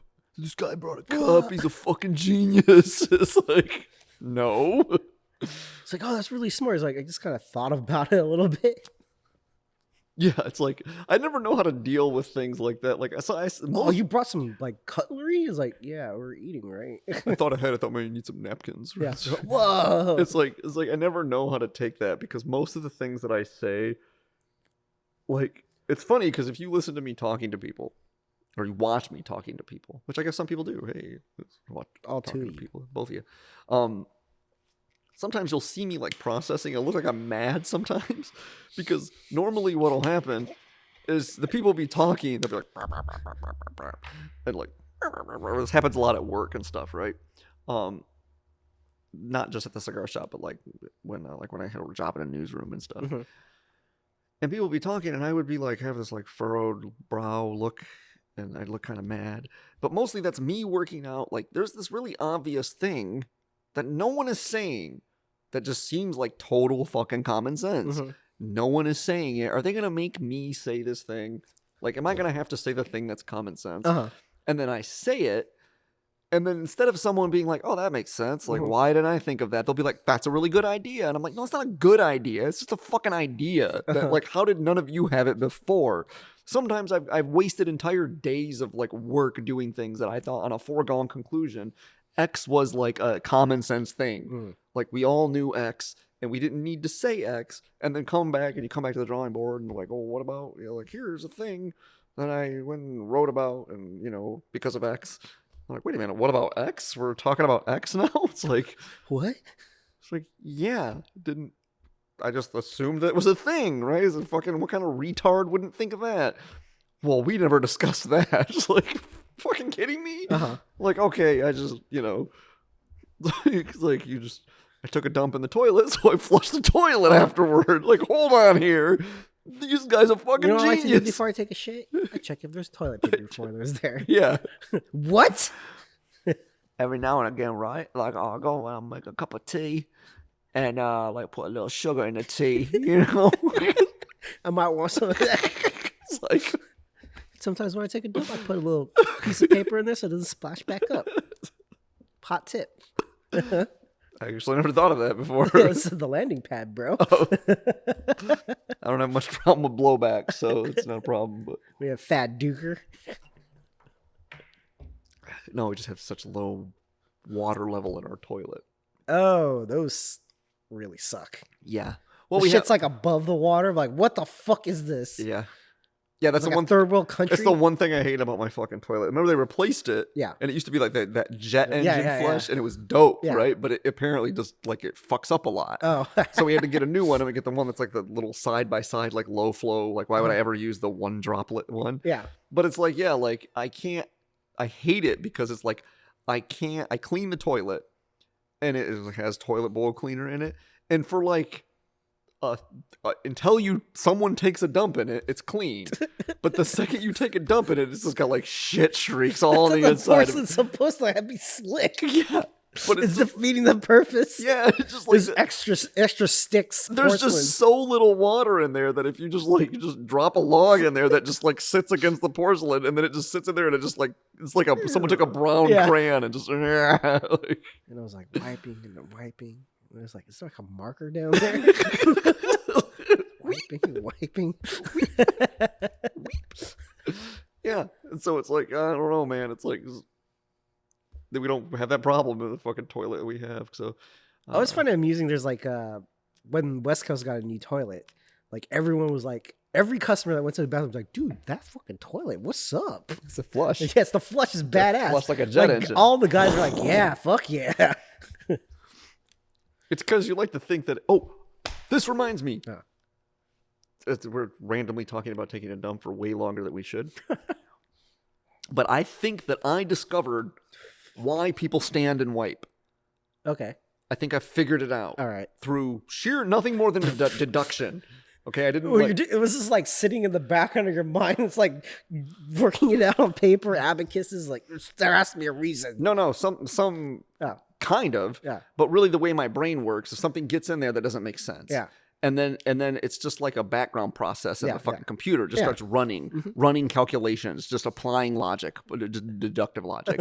Let's apply deductive logic as much as we can. And then just eventually it's just like results found, right? And it just like bubbles to the surface. And I think I figured it out. Okay.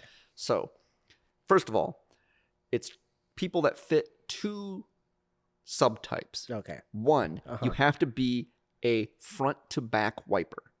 Okay, not all men are front to back wipers.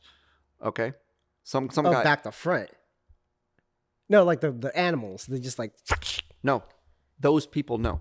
Front wipers. They're people that reach around the back and they wipe front to back like women wipe. Yeah. Okay, so you have to be one of those people. Yeah. Not like a between the legs and just back to front. That's so weird. I don't like. And two, they're people whose asses are big enough to take up most of the footprint of the toilet. Right? So when they're sitting on the toilet, they can't. Exactly. So like, because you and I sit on the toilet, there's a gap between our ass and the back of the toilet, so we can lean forward and we can reach back and we can wipe front to back. Yeah. But if you've got a big enough ass that it just takes up the entire thing and you can't reach back there and wipe, you have no choice but to stand up. Hey. So do you do like the football hike up thing? Yeah, they don't want to go back to front. They want to go front to back, which is correct, by the way. Don't go. It's you get on your gooch. It's like it's like it's on the bottom of your nuts. So your nuts smell like shit. Yeah, it's just like there's no clearer way for me to tell that a guy does not get blowjobs than that. Like if she doesn't like going. If you're no shit, buddy. Like your fucking taint smells like your butthole. So you're saying like most fat guys, like really obese dudes, probably wipe standing up. No, because I don't think most guys. I think most guys that are that fat just wipe back to front. They just come up and they just have poopy nuts. But the guys that don't, the guys that like are like, oh, that's nasty. Like they don't have enough hand space. Yeah. You know, they can't reach back to the bowl and like wipe effectively, so they have no choice but to stand. And it like, I don't know, it just hit me one day. I was just fucking on the pot and I was just like, I bet that's what it is.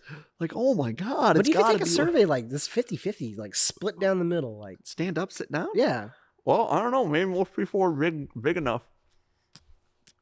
I don't know how big one has to be for your ass to fill up most of the like mouth of the toilet, because I don't really come close to filling up the mouth of the toilet. I'm Hey, not buddy, a very, what are you doing down there? I'm not a very big guy, so but given just like my footprint on the toilet, like I have an idea that you don't have to be much bigger than me, and you would just fill up the entire mouth of the toilet. And so maybe some people don't want to like shuffle to the edge and lean forward on the bowl. They think it's just easier to get up, but they have to fit those two subsets. I think. I don't. 50-50 seems weird. Yeah, it seems like it's 50. The leg things, like the washing the legs, I can believe that half people don't do that. Who doesn't do like you're already down there? You're in the shower. I don't know. The water runs down. Well, yeah. Why not just wash the top of your head? Then the water will all run down you. You're an animal. My buddy Drew like doesn't even use soap when he fucking showers, or shampoo. I've heard of that. That's kind of weird though. It is weird, especially because he used to work in a greenhouse. Yeah. You want to get all that stuff out. Fuck yeah, dude. I remember working in a greenhouse. I showered every day. And every day that water is like fucking gray brown. Like just like pig pen, man. Like it just follows you around to it's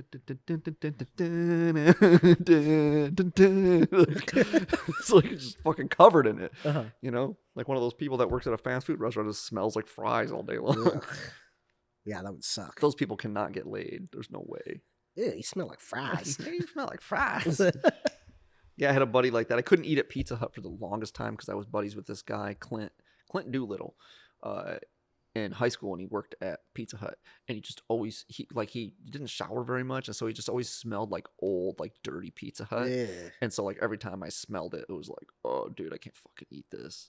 For years, probably till I was like in my late 20s, I couldn't eat Pizza Hut because it just smelled. He just smelled like someone left a piece of pizza on a sock. Yeah. It's gross. I never know if it's their clothes or if it just gets in the pores of their skin and their hair and they just can't get it out. That's probably the latter. Yeah. Yeah. Because the only job I ever had in like a place like that was like Subway. And so like I would smell like bread. People would be like, you smell like bread. Thanks. I'm like, I smell like freshly baked bread because it's the fucking Subway. Eat fresh. Yeah. Eat fresh. I never did that. I should have. Oh. There's an episode of Community where they open up a Subway, and in the bylaws of the community college, the owner has to be the owner of the store has to go to that community college. So this guy legally changed his name to Subway, and he would just randomly like, "Hey, thanks, Subway. Yeah, eat fresh." Eat fresh. It was like I always used to make fun. My uncle used to make fun of me all the time when I worked there because technically the people that work at Subway are sandwich artists. I don't know if you're like, oh, you're a sandwich artist now. Like, was there any like special combos? You was like, this is my personal combo that I make out of Subway. Yeah, actually. So I used to like a sandwich that wasn't on the menu that I just would make. Okay, so I really liked the buffalo chicken. Okay, so it's like this shitty chicken that's like stewed in like Frank's Red Hot. Yeah. And so I would put that on like a deli roll, which is not like the normal sandwiches. It's like this yellow, like almost like a hamburger bun, but it's like a deli roll. Yeah. So I'd get that, pickles, jalapenos, and then Parmesan cheese and ranch dressing. Oh, damn. It's pretty fucking good. Do you eat at Subway at all? Not so much anymore. When I do, I get the spicy Italian. Oh, okay. That's good. Yeah. Yeah, it's not bad. That's the standby. Yeah. It's just, gabagool, salam. It's good. Can't go wrong. Yeah. It's pepperoni and gabagool. And yeah, vinegar, oil, the whole shebang. Yeah. I used to like the... People always get confused, like, let me get some vinegar and oil. Like, I'm the first person to ask them that. It's like, don't you work here? It's a fucking Italian sandwich or what? Yeah. I used to like the steak and cheese before they started putting like onions and shit in it. I used to be able just to get like the steak, and you wait till like the end of the night when it's been sitting in there like all fucking day. It's like crispy bits sitting down there. Yeah, super good. But yeah, I was always a pretty basic kind of sandwich guy when I worked at Subway. I ate so much fucking Subway. I worked there for probably like a year, not even, maybe 8 months.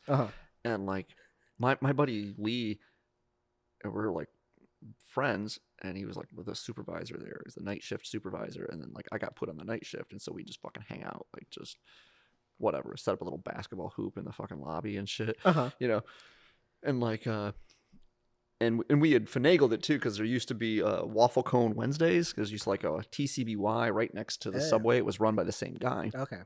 And so we had waffle cone Wednesdays. You can get anything on a waffle cone for $1. Okay. Right.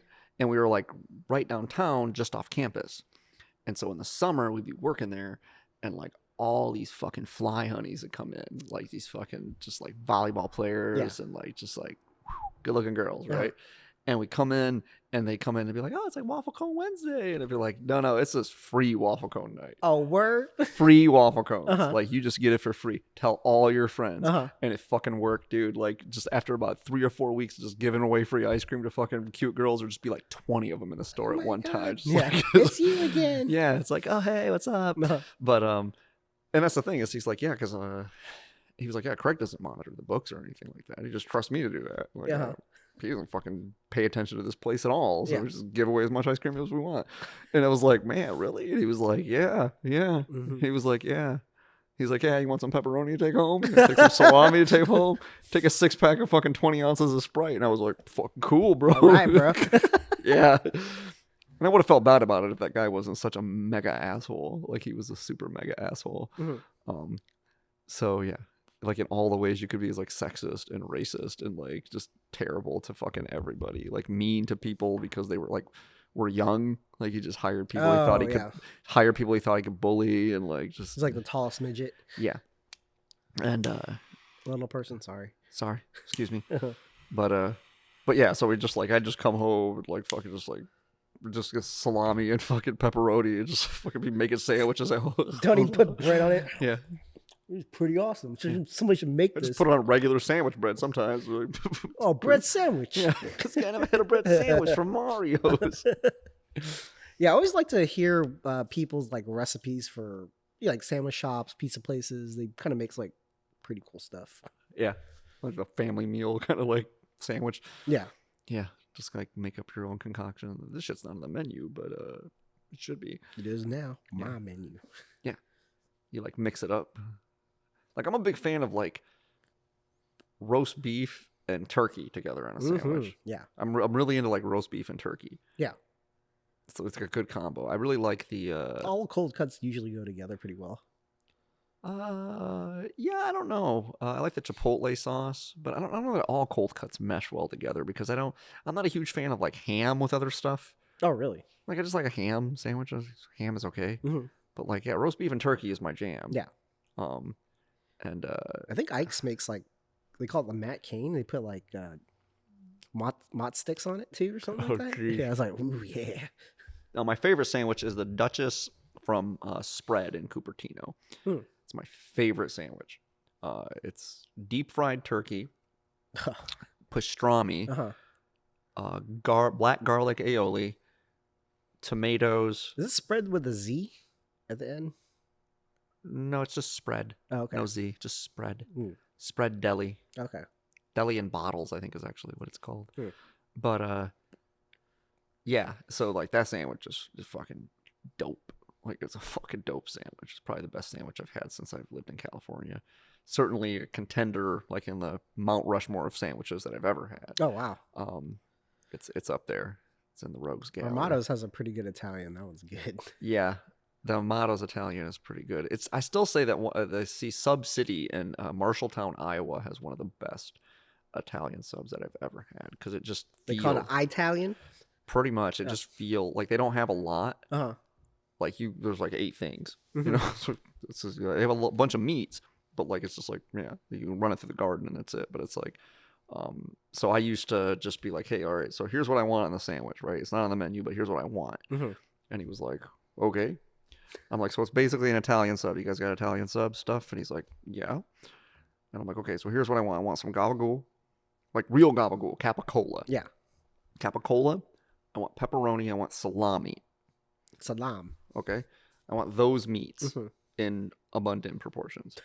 I want pepperoncinis. I want olives. I want oil and vinegar, salt and pepper, and provolone cheese. Can you make that for me? And he's like, yeah. I'm like, it's a build your own sub, right? I'm like, just whatever you like. Their subs are fucking huge, they're like this big. Okay. Right. So it's like usually I'd cut it into thirds, or I'd cut it into half if I were hungry. But it's like it's a fucking sub like this big, and like fucking this thick. Yeah. And I'm like, and put some lettuce on there, kind of sop up all the vinegar and oil. He's like, you want no tomatoes or anything? Well, I want tomatoes, right? Your tomatoes are shit because it's a fucking deli place, so they suck. So just a little bit of lettuce, salt, pepper, like oil, vinegar, like that's it. He's like, okay. And so I get up there, and I'm like, okay, I'm expecting it to be like, this is a custom order. It's going to be like fucking double the price. Right? He's like, it's going to be $4.50. What? He's like, it'll be $4.50. I'm like, you gave me all this. This is 2 meals full on like the sandwich that I want to a T for $4.50. Mm-hmm. Yeah, maybe $4.75. You got cheese on it. I'm like, okay. Yeah, you went a little fancy kid. Yeah. And so I just go in there. It's like fucking like every other day. Like just put the fucking sandwich in me. Fucking, the usual kid. Yeah. Yeah, you want to get the blue on the back. You want the But yeah, so it was like, damn. And given this was back in 2012, 2013 or whatever, so it's been a while ago. But you can't beat that, man. That sandwich would be like $35 here. Yeah. For that size of a sandwich. Because you get a sandwich half that size for about $15, $20 almost. So the sandwich of that size that you're talking about, which is like the size, that's why Amadas are so great, because Amadas subs are fucking huge. Yeah, the one I get is the smallest one. Yeah, and it's a pretty good sized sandwich. Yeah. But this place was good because the big beef I have with Amados is that like if you don't get the right things, like the bread to like filling ratio can be a little off. So it's like you just get like a little too much bread. So it's like it can take a lot of vinegar and oil or whatever dressing you have on there. But if you don't get something that has that, it can be a little dry. But their bread was like the right kind of bread.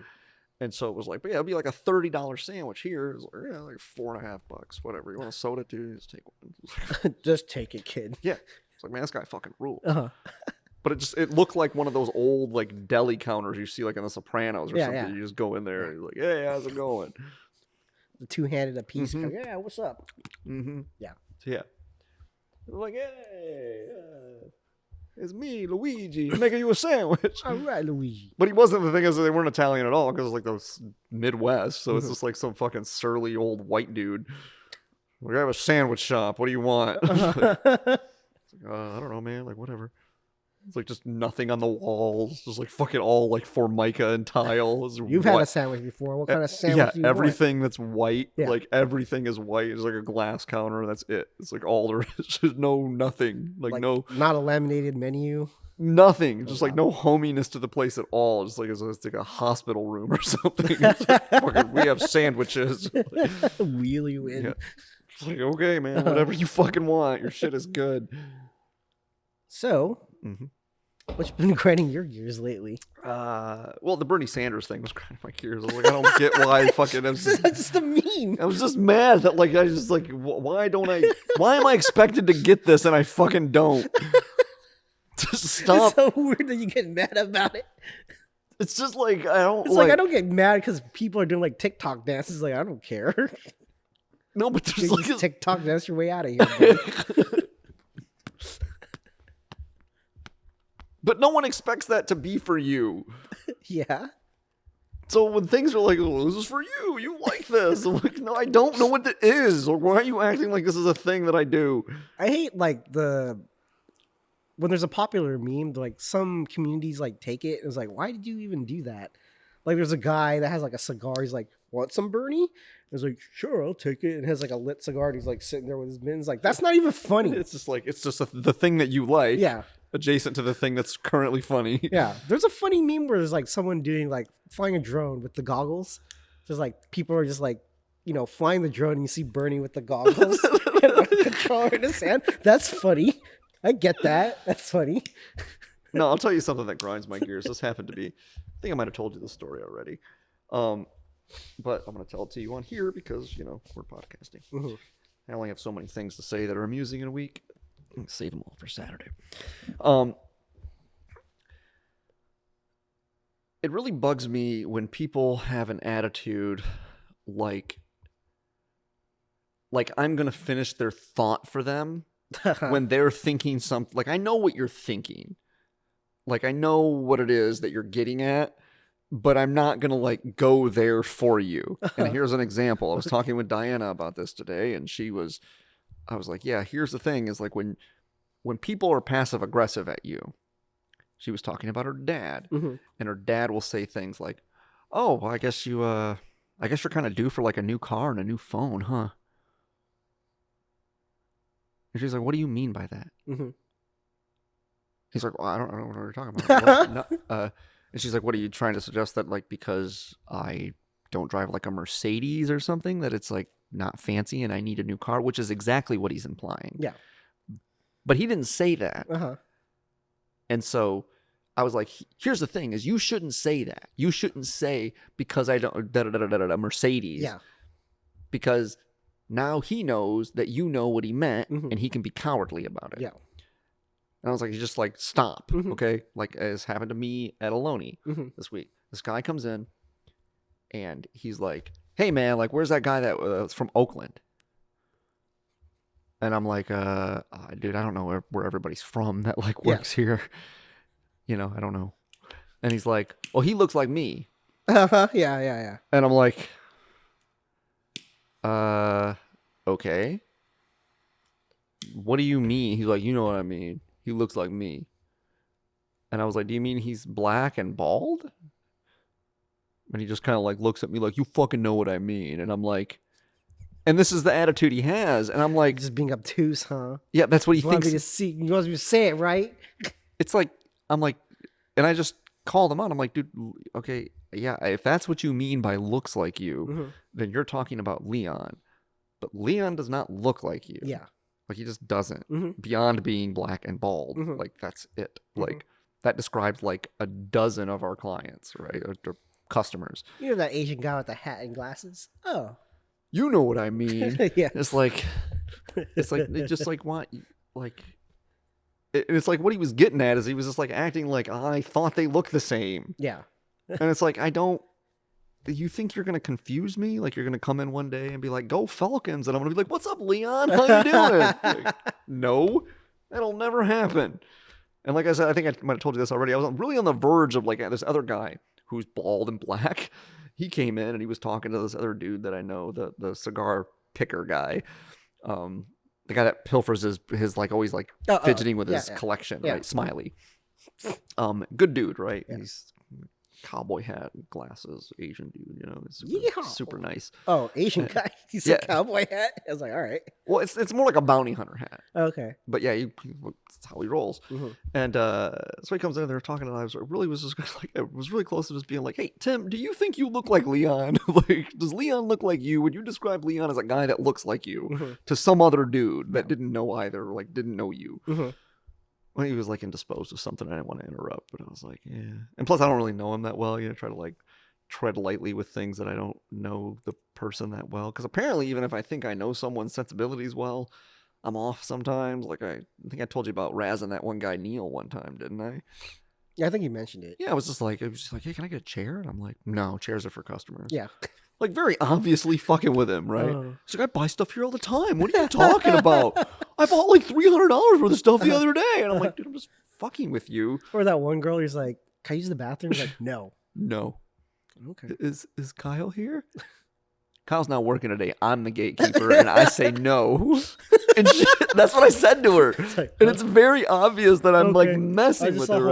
And I even like pointed to myself to like make it more hyperbolic. Like Kyle, like I cocked my head. Kyle ain't here today. I'm the gatekeeper, and I say no. You know? And she was like, oh, okay. And I was like, of course, it's right there. Go. Like, give me my permission to pee. But she was just like, oh, okay. And then, like, yeah, she was with Ryan, so she's fucking weird anyway. Yeah, who knows? Space case. Yeah, it was just like, that woman has no sense of humor, does she? I don't know. Press pass. You know. Don't know. Exactly.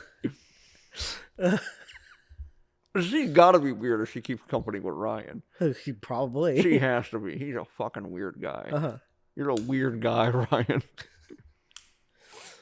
What grinds my gears? Yeah, well, you know what really grinds your gears? When you go to a place and you know it's open, right? when I go to a place. Yeah, you can go to a cigar shop. Yeah.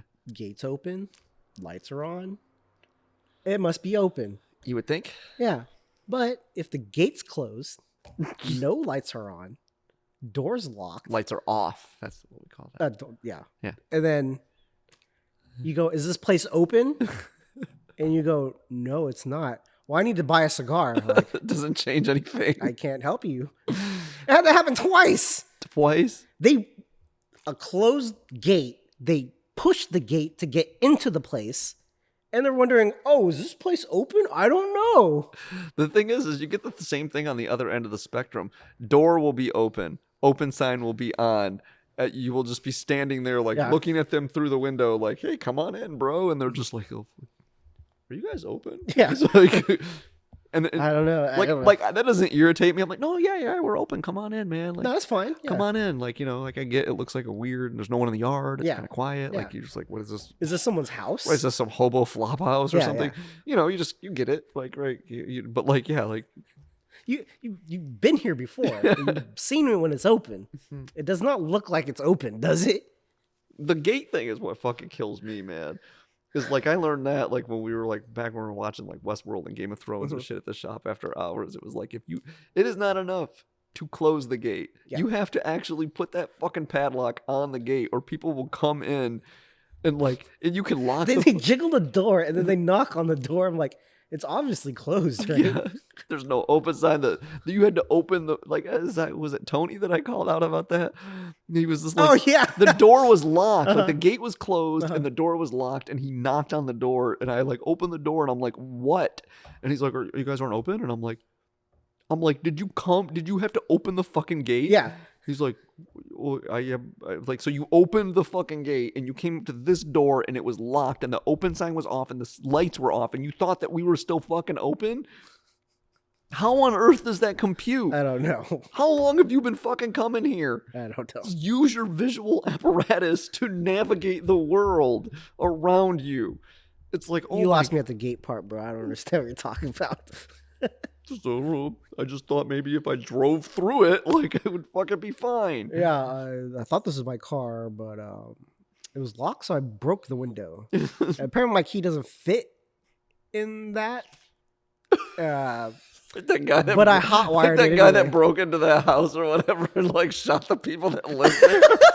Yeah. Hey, what are you doing in my It's like, what the fuck? What are you doing in my house? Can you believe it? They put their own pictures up here. That's fucked up. Broke into my house and put pictures of their family on my walls. I had to shoot them. No, it was dead. a lady who shot a dude. Oh, that's right. That's so fucked up, dude. I can't. It's funny, but it's really fucked up. You trespassing on my property. Can you imagine if that was like one of your loved ones that died that way? Like how tragic and hilarious that would be. That's so fucked up. I know.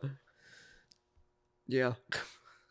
It's like there has to be like, I find myself wondering that, man, if people whose family members die in like hilariously tragic ways like that, like, I don't know, like your daughter like drowning cum giving some guy a blowjob or something, right? Like it's horrible, but it's like, god damn, it's a fucking horribly hilarious way to go.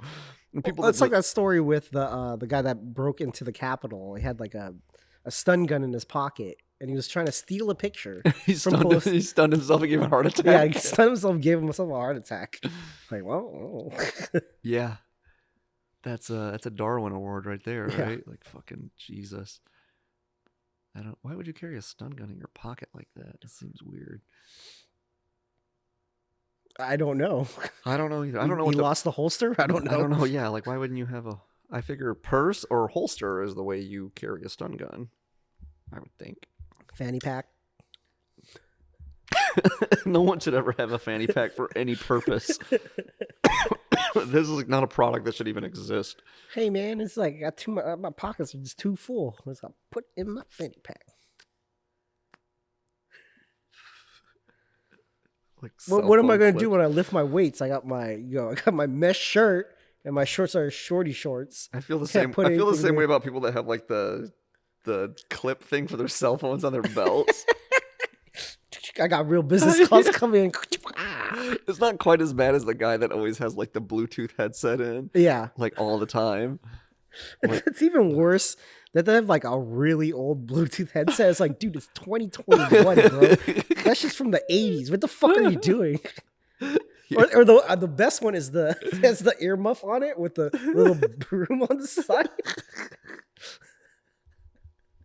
It's like, what is this, Glenn Ross? Like, or it has like the coin thing. It's like, I gotta make some calls on these payphones, bro.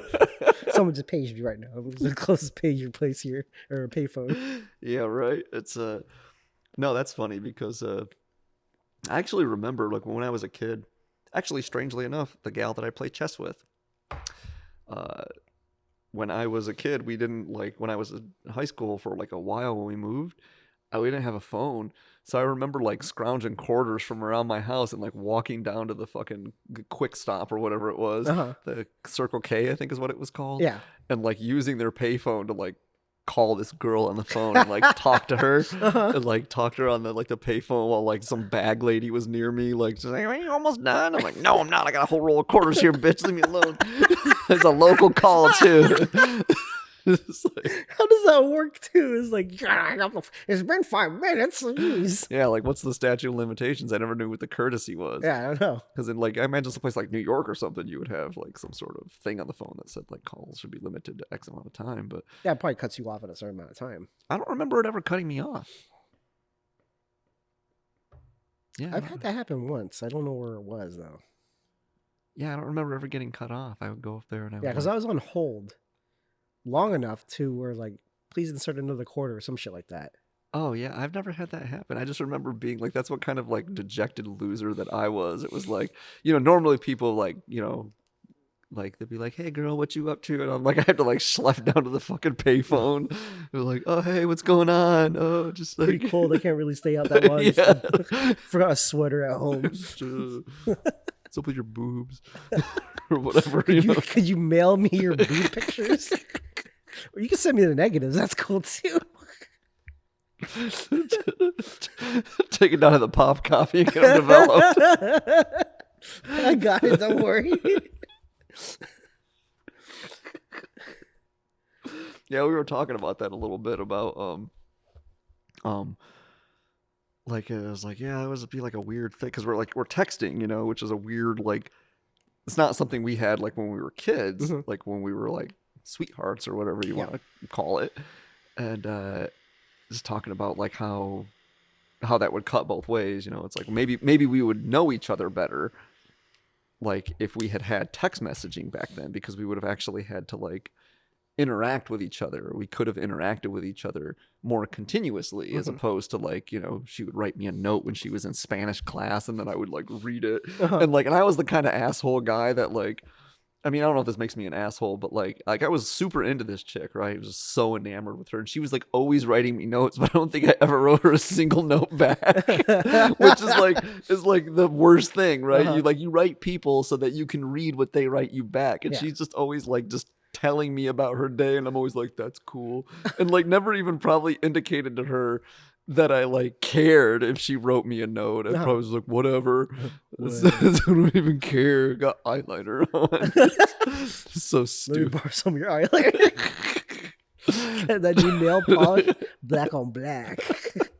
No, she was more like a glitter kind of wearing girl. Okay. It was fucking weird, dude, because she was like a cheerleader, like glittery eyed cheerleader, and well, hold on. Were you goth when you worked at Subway? No, that was like the post-goth period. Oh, okay. Because have you seen some of those people?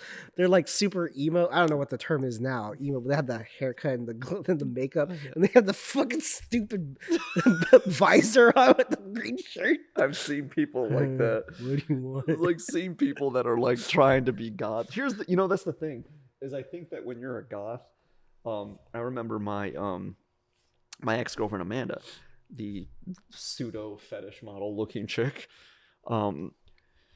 she always was like looking for jobs, and like her grand poobah jobs would be like working in a coffee shop or a record store, or like at Hot Topic, and after a while I realized it was like, oh, because you just want to be able to wear what you wear and not have it be fucking weird, right? You don't want to have to like put on a fucking like Subway uniform, McDonald's uniform, and still try to be goth, right? Because it ruins the facade of you being cool. Dog collar, with your fucking studded, fucking bracelet, with your fucking rings.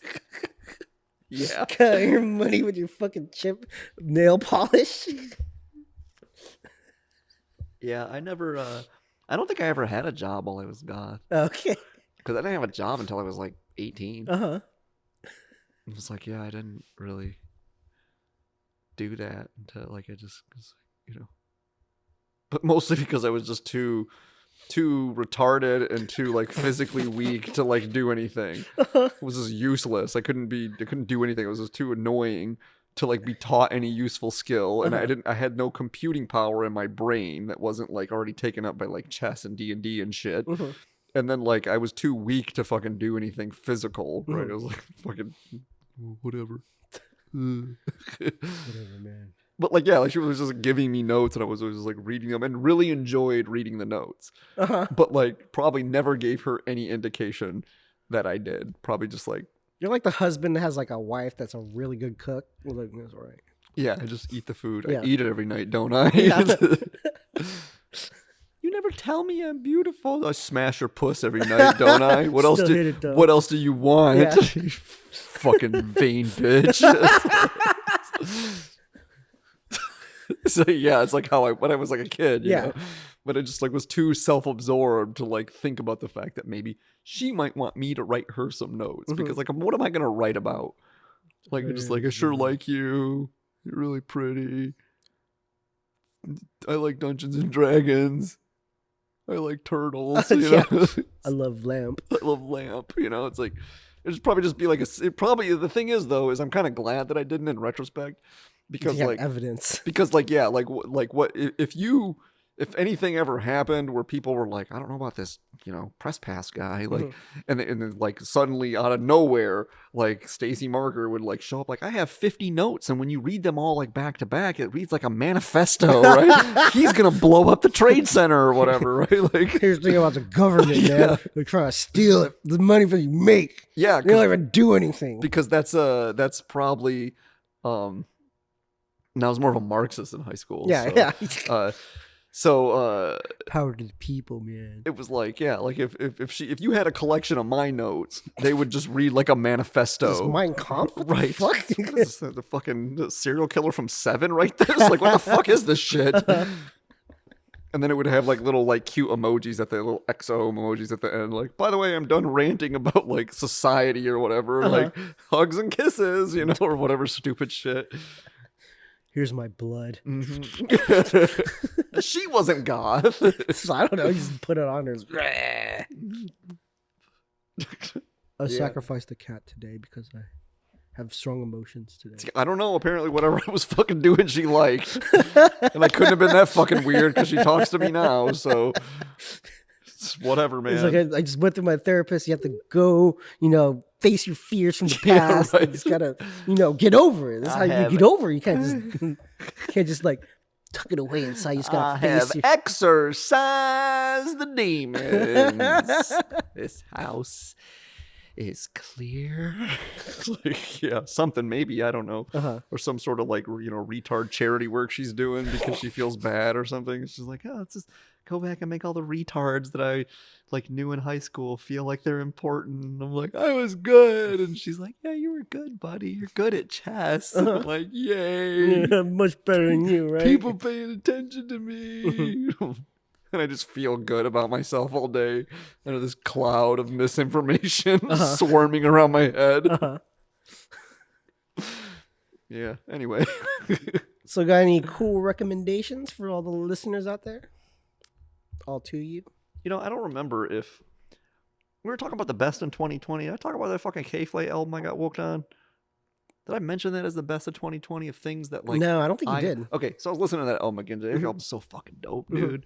It's such a good album. I forget I think it's just the self-titled album. It's her first album. So if you people haven't listened to this album, it's really good. Let me double check. You what's your rec? Let me look up the title. Like Recommendation. Vice just recently put out a piece on the guy who does those all gas no brake videos. This guy just goes out into the wild. Like he goes to like flat earther conventions. I like him already. He went to Sturgis this year. Sturgis? Yeah. The motorcycle thing. Oh, okay. I thought you meant Sturgis, Michigan. There's a Sturgis, Michigan. Oh, okay. I don't know. It's a city in Michigan. Yeah, I don't know where that city is. What state's it in? It's in, I don't know, whatever. Anyway. And he just travels around and talks to weird people. But then another thing that's a point that you brought up of like, I can't read your mind or finish your sentence. Mm-hmm. He did this great example of where like, I'm just a blank canvas. I just ask you questions. Sometimes I need to ask you obvious questions because maybe someone's watching, they don't know anything about the situation. Yeah, it's kind of framing the issue for the reader, listener, watcher, viewer, whatever. Yeah, and he's like, I'm not trying to make fun of people. They just say whatever they do. I don't try to pull it out of them or anything like that. And during the interview, this guy comes out, is like, hey man, can I go on TV too? He's like, yeah man, come in. It's like, yeah, just be yourself. What's on your mind? Oh, be myself. I'm just kind of boring. Kind of suck. And he's like, suck in how? In what way? Well, I don't suck. My wife does. And he's like, looking at him. You know, man. I'm like, what do you mean your wife sucks?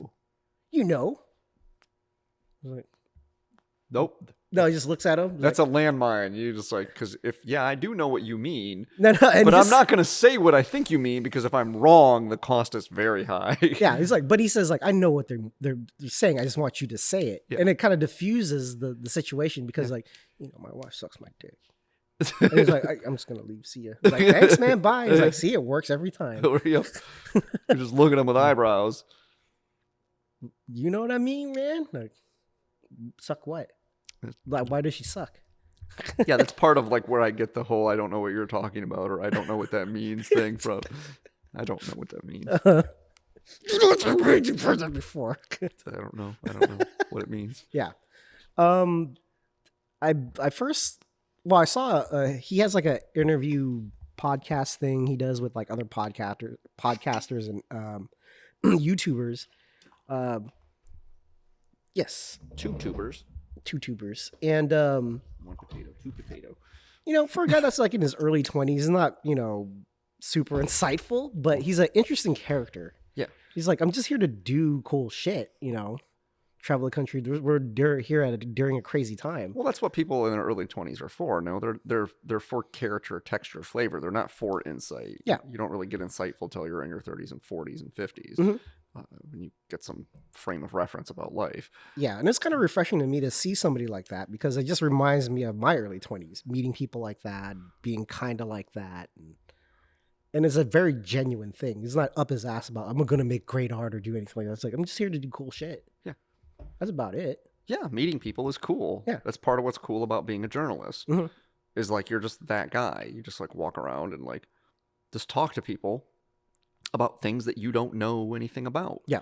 And you don't have, like, you have a professional buffer to, like, you don't have to pretend to be their friend, because this is my biggest problem with things, is that, like, I'm interested in people insofar as I kind of, like, want to hear about their lives and their experiences and the things that they have in their brain and the things that most people, like, are excited about, but they assume no one wants to really know about. Mm-hmm. Like, I'll just ask them about them. But, like, in most circumstances, if you probe somebody about those things, mm-hmm. Like, you never know when you're going to come across somebody who's like thinks you want to be their friend because of that. And that's like a hard thing to navigate, where it's like, you know, someone maybe is just kind of quirky and interesting, but then you never know who will latch on to you. Yeah. Especially if you're kind of like not a dumpster fire of a person, which I like to think that I'm just like a relatively normal dude under most circumstances. And you just like, oh, this person's interesting and quirky and weird. And you don't know that, like, no one has expressed interest in this person in like 10 years. Mm-hmm. And then suddenly you are, and it's like, you're like flirting with the fat girl at the dance, you know, and she's like thinks you love her now. Yeah. It's like No. yeah, No, but when you're a journalist, you have a professional buffer. You Yeah, just go like, okay, like this is a working relationship we have, and even then it gets kind of dicey. Sometimes you have to like, I've had to remind people before, like we're not friends. Oh, really? Right? Yeah, we're just like, don't mistake this for being a friend. Uh-huh.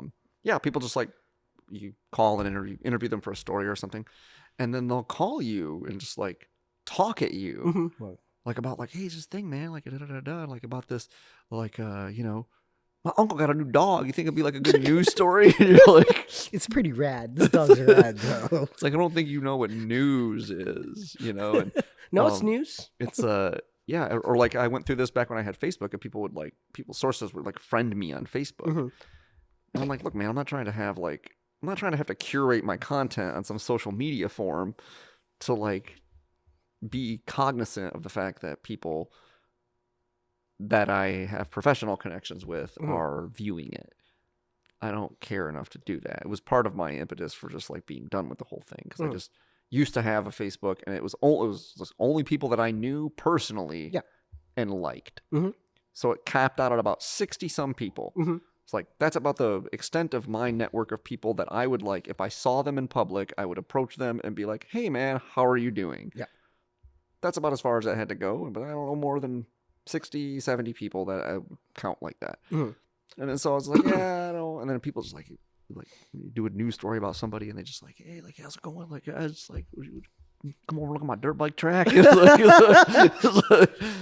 was like, I do throw this football, these mountains. yeah, it's like I do want to come over and look at your dirt bike track, but I want to have a reason to check out this moth, man. Right? Cool. Yeah, because if I do that, I'm not trying to like assume a whole lifestyle that involves PBR and trucker cabs or whatever. Like, I'm just curious about you anthropologically, and that might seem a little derisive to you, but I don't want to be your pal.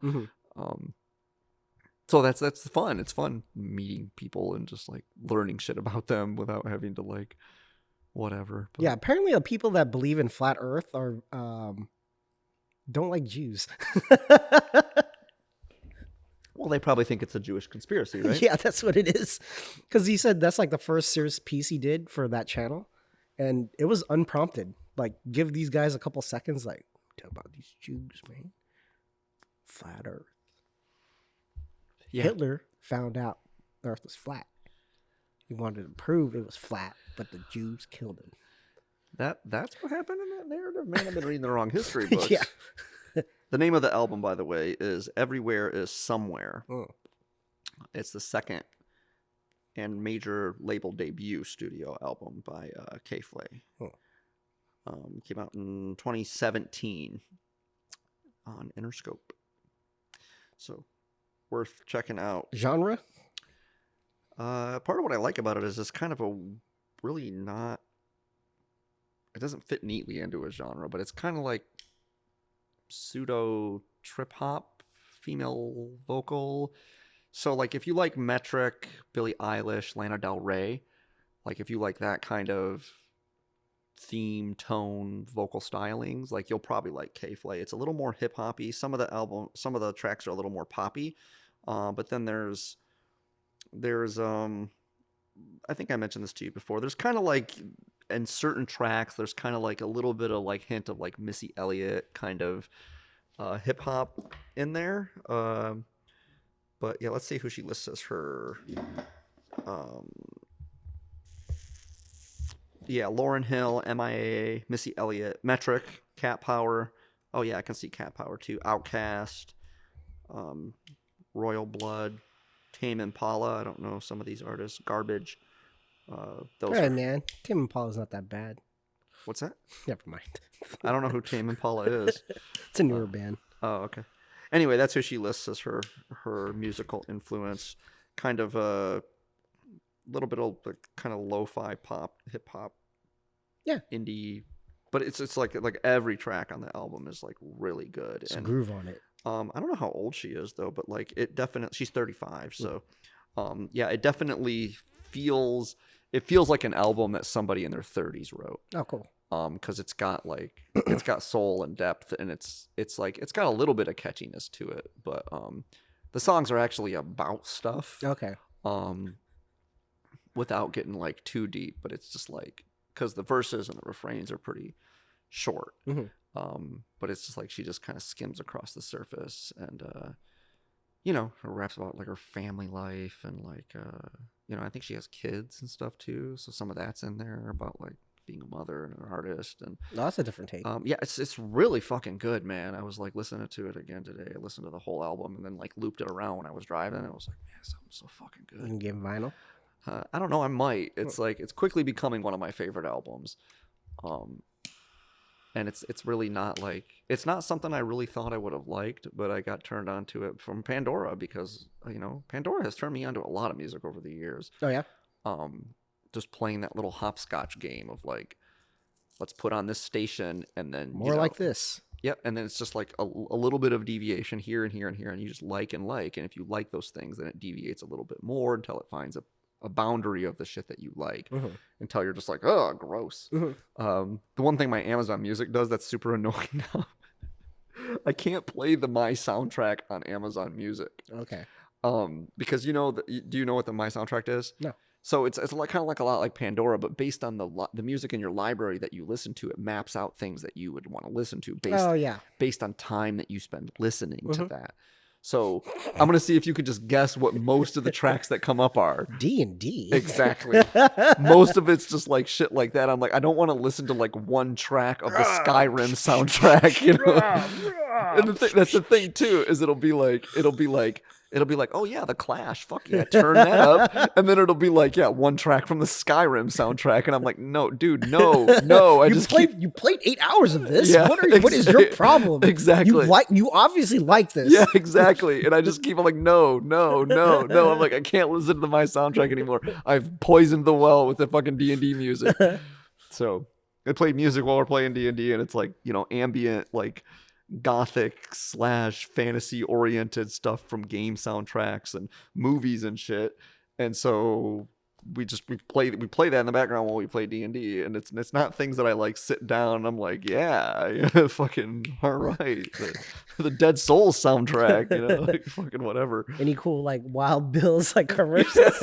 Yeah. That's like one of those, like, that might be one of my favorite You Had to Be There moments. Yeah. Like that and the fucking door situation. Like those two things were like the fucking like two favorite, like You Had to Be There. Yeah. Sorry, that's too much inside baseball. But yeah, it's a little inside baseball, but it was those like, inside jokes things. Yeah, it's one of those things that pops in my head and I have to say it anyway.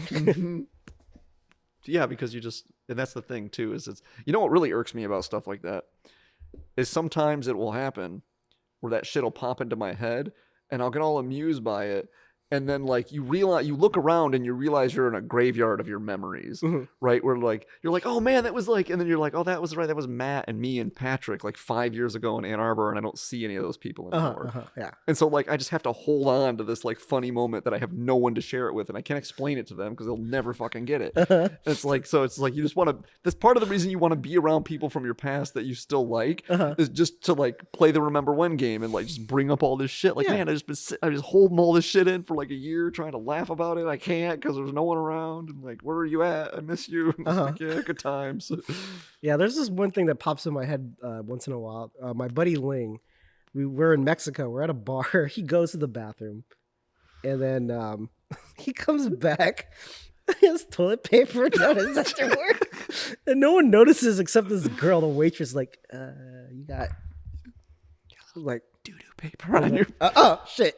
It's the look on his face, like he was so drunk, like it happens all the time. I was like, why'd you have to tell me that, dude? You had to tell me that. Oh, so like, it's like the one that comes to mind is me and my well, I guess he's not really my buddy anymore, but like he was my buddy at the time, Rob. We hang out all the time at this coffee shop, and we were sitting by the table that's like right between the guys and the gals' bathroom. And there's this guy that had been milling around the coffee shop for a while, and like I didn't know if he was gay, but he definitely had a very gay vibe about him. He had like frosted tips and like the Abercrombie and Fitch. Very fake. And he had like that kind of way of talking, right? And he was like, hey. And he comes up and he goes like up to the bathroom, and he's standing there. and he like knocks on the door, and me and Rob are sitting there, and we're like, hey dude, that guy has been in there like a long time. And he was like, oh no. And I was like, yeah, I don't know that you want to like deal with that. You might just want to use the ladies, right? And like before he could respond, the guy came out. And he came out, and then the maybe gay guy, he the guy walks past him, and he goes like that, and he walks in there, right? And we're laughing about that, right? And then he literally like he goes in there, and you can tell he does his business super quick because he comes and he literally like does like a Kramer through the door, and he's like, and then he just like stops and he just goes, wow. And then we're laughing about that, and then Rob is like, oh man, like how bad is it gotta be to choke out a gay guy like that? he was impressed. He was like, wow. I was like, damn dude, that's fucked up. Like every time I think about that shit, this has been like 10 years ago now. Every time I think about it's like 10 situations in my brain, and that's one of them. Or like I remember one day my dad, it was like midnight, and I was watching Three Stooges in the living room when I lived with my dad. And he came in. He was like eating he was trying to open a block of cheese. Okay. Government cheese? No, it was like craft cheese or whatever. And he comes in, he's like, "Just on my ass." And I'm like, did you just say see the opening of my ass? And my uncle was in the living room with me, and he just started busting up a fucking gut, right? And he was like, I said see, he said, I said easy open my ass, right? Like, because he was trying to open the cheese, and it said easy open. And he was muttering to himself like easy open my ass, but it just sounded like he just came in the living room and said, see the opening of my ass. It was like, what the fuck? Yeah, one of those things. Yeah. But anyway. That's all I got. It's all I got. We did pretty good on time. I'm tapped out. All right. Okay. Yeah. Yep. Tapped out. Well, I'll see you guys later. You guys memeing up.